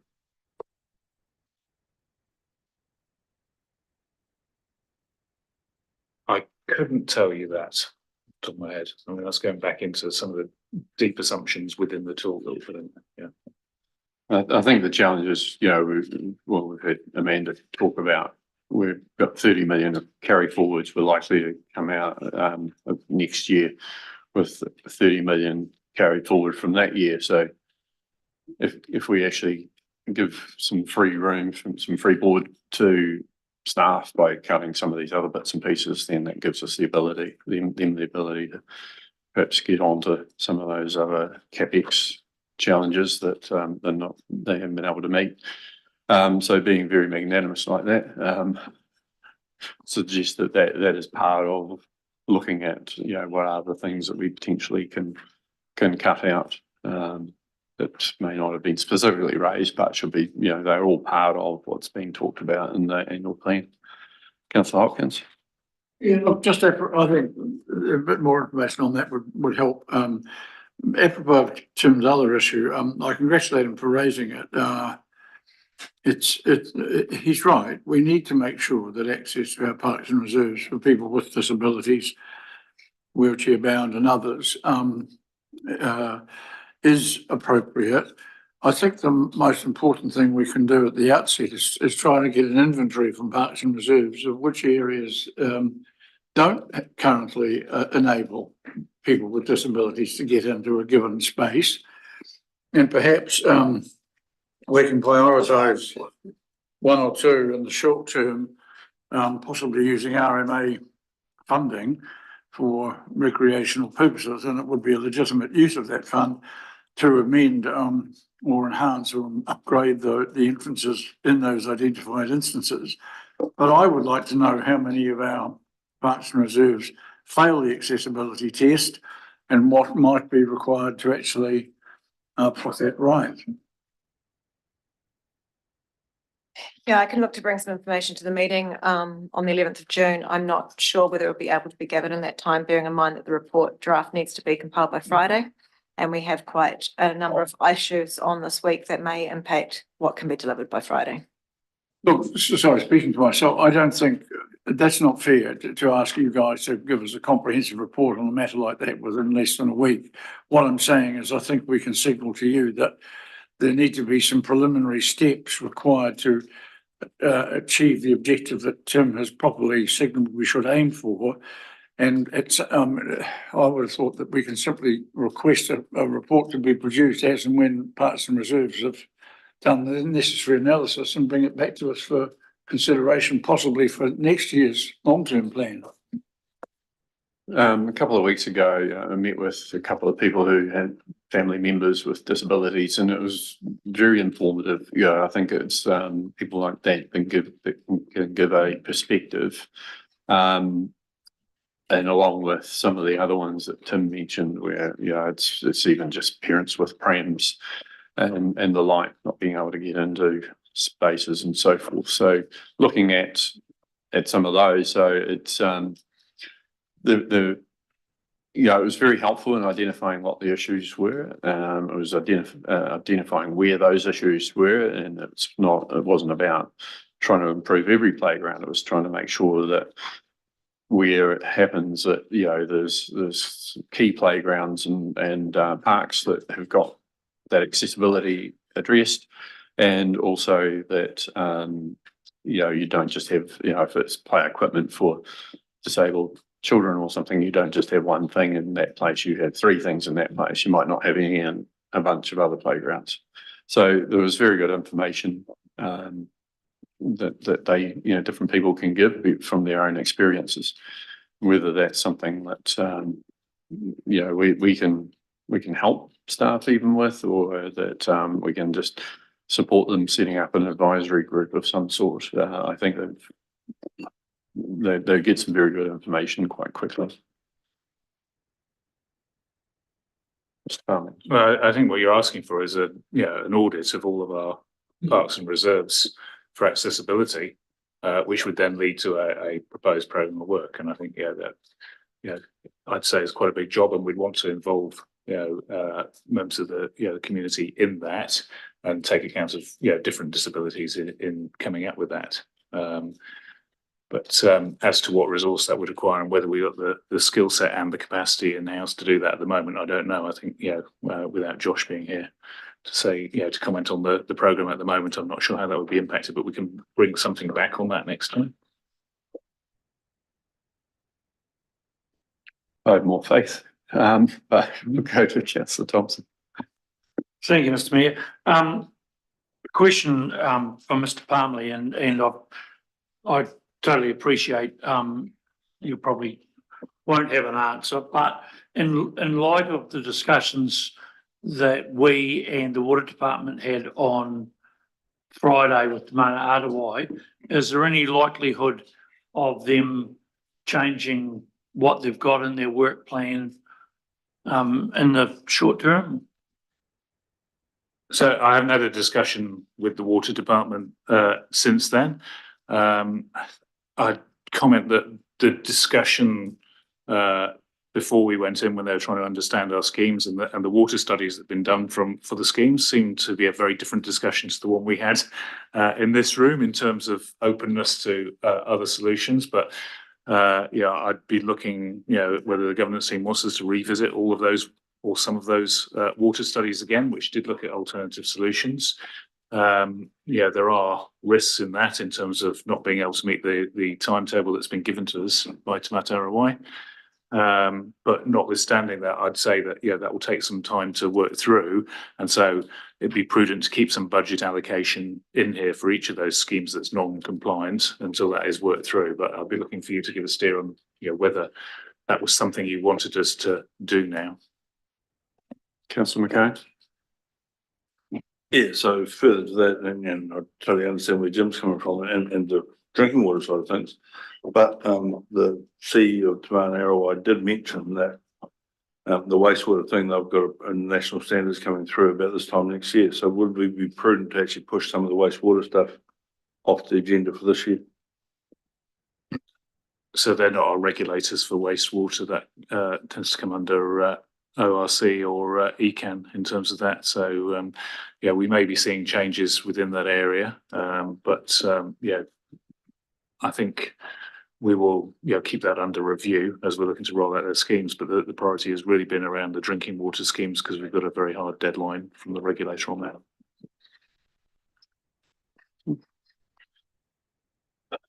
I think there's 2 or 3 schemes we could identify as being worth a look at. They were certainly clear with us that they were open to, as long as they could see good progress was being made, they were open to extending those deadlines.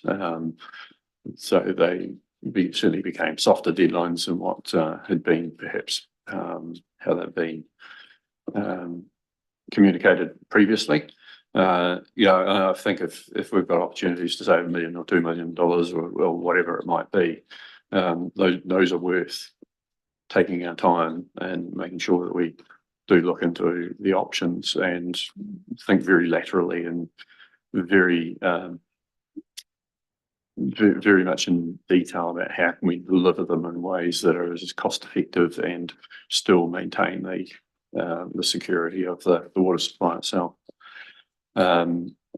We hope to have a discussion about this tomorrow at our governance session, so perhaps we can perhaps elaborate a bit further on where we get to after that. We haven't had a chance to talk amongst ourselves about that meeting in any way, shape or form at the moment, so that would be, I think, helpful. Certainly interested in hearing from councillors whether they think that's worthwhile. Councillor Blackland. Thank you. On the water thing, the Awamokos scheme, in the earlier documentation that we received had $2 million earmarked in year 1, whereas in this project list it's got 800,000. Is that just a timing thing or a revision of the project? Councillor McCain. I can answer some of that, but Mandy might have more answers, but it's a complete revision, Tim. So yep. Was that the same with Tokaraki, Councillor McCain? Yeah, so all 4 corridor water ones have been readjusted or revised, and that's come through the corridor water side of things.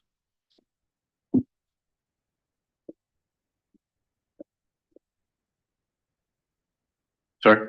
I'll take that on board. Yeah. Okay.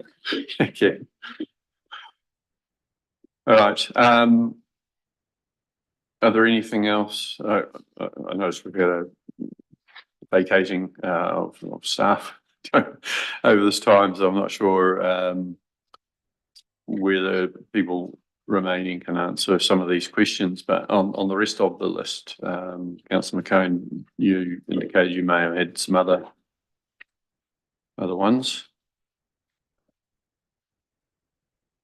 Yes, I do, although a lot of Sven's have taken them off, but as a general statement, anything that's a study or a feasibility study or anything else, I think we just got to take it off the page.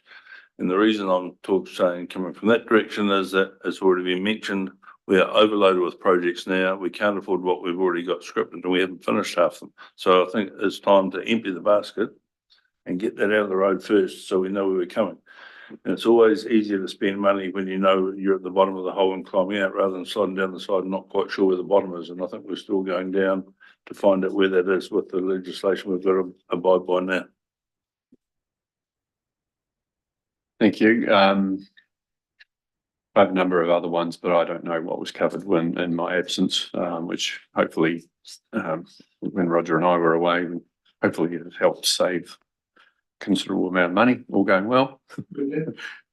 Did you save some money as well in here, Councillor Hopkins? Yes, if we went through, when you came back, you know, that whole list of projects that Ian had identified had become the subject of interest from submitters.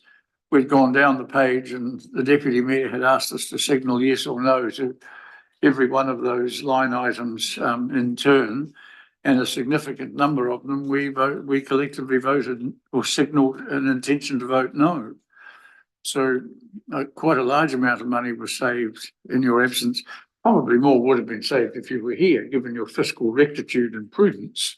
But we still managed to save quite a lot anyway. Yeah, well done. Yeah, as I say, the challenge is I don't know what was on that. Like, I know what's on the list, but I'd need to cross-reference them both to understand what wasn't on the list. And it's not going to be, well, it's just not practical at the moment. And I'm seeing a lot of hope in the assistant officer's eyes that we don't actually do that. Mandy. No, I mean, if you're satisfied with the position that we've landed at right now with attachment 4, I mean, attachment 5 and attachment 6 was simply for your information, and I take the report as read. It was just simply, attachment 5 was really just around the community engagement, just reiterating what we had done through that community engagement program. And attachment 5 was just the analysis of submissions from basically where they came from and the age and demographic profile of that. So we don't need to go through those 2 attachments unless there's something else that any comment that anyone wanted to make to those 2 attachments in particular. If you're done with attachment 4, that would be where we're at. So. If you'll permit, I'll happily move recommendation number 1 and amended recommendation number 3. The amended recommendation 3 would read that council, based on the direction provided by elected members, requests officers to prepare a decision report on the draft annual plan for presentation at the 11 June 2024 additional council meeting. Okay, do we have a seconder for that? Premier Halele. Through you, Mr. Chair, can I just make a suggestion there that you prepare a decision report on the key directions for the draft annual plan, because that is what the 11 June meeting is about. It's about on the key directions, a decision report on the key directions for the draft annual plan. Thank you.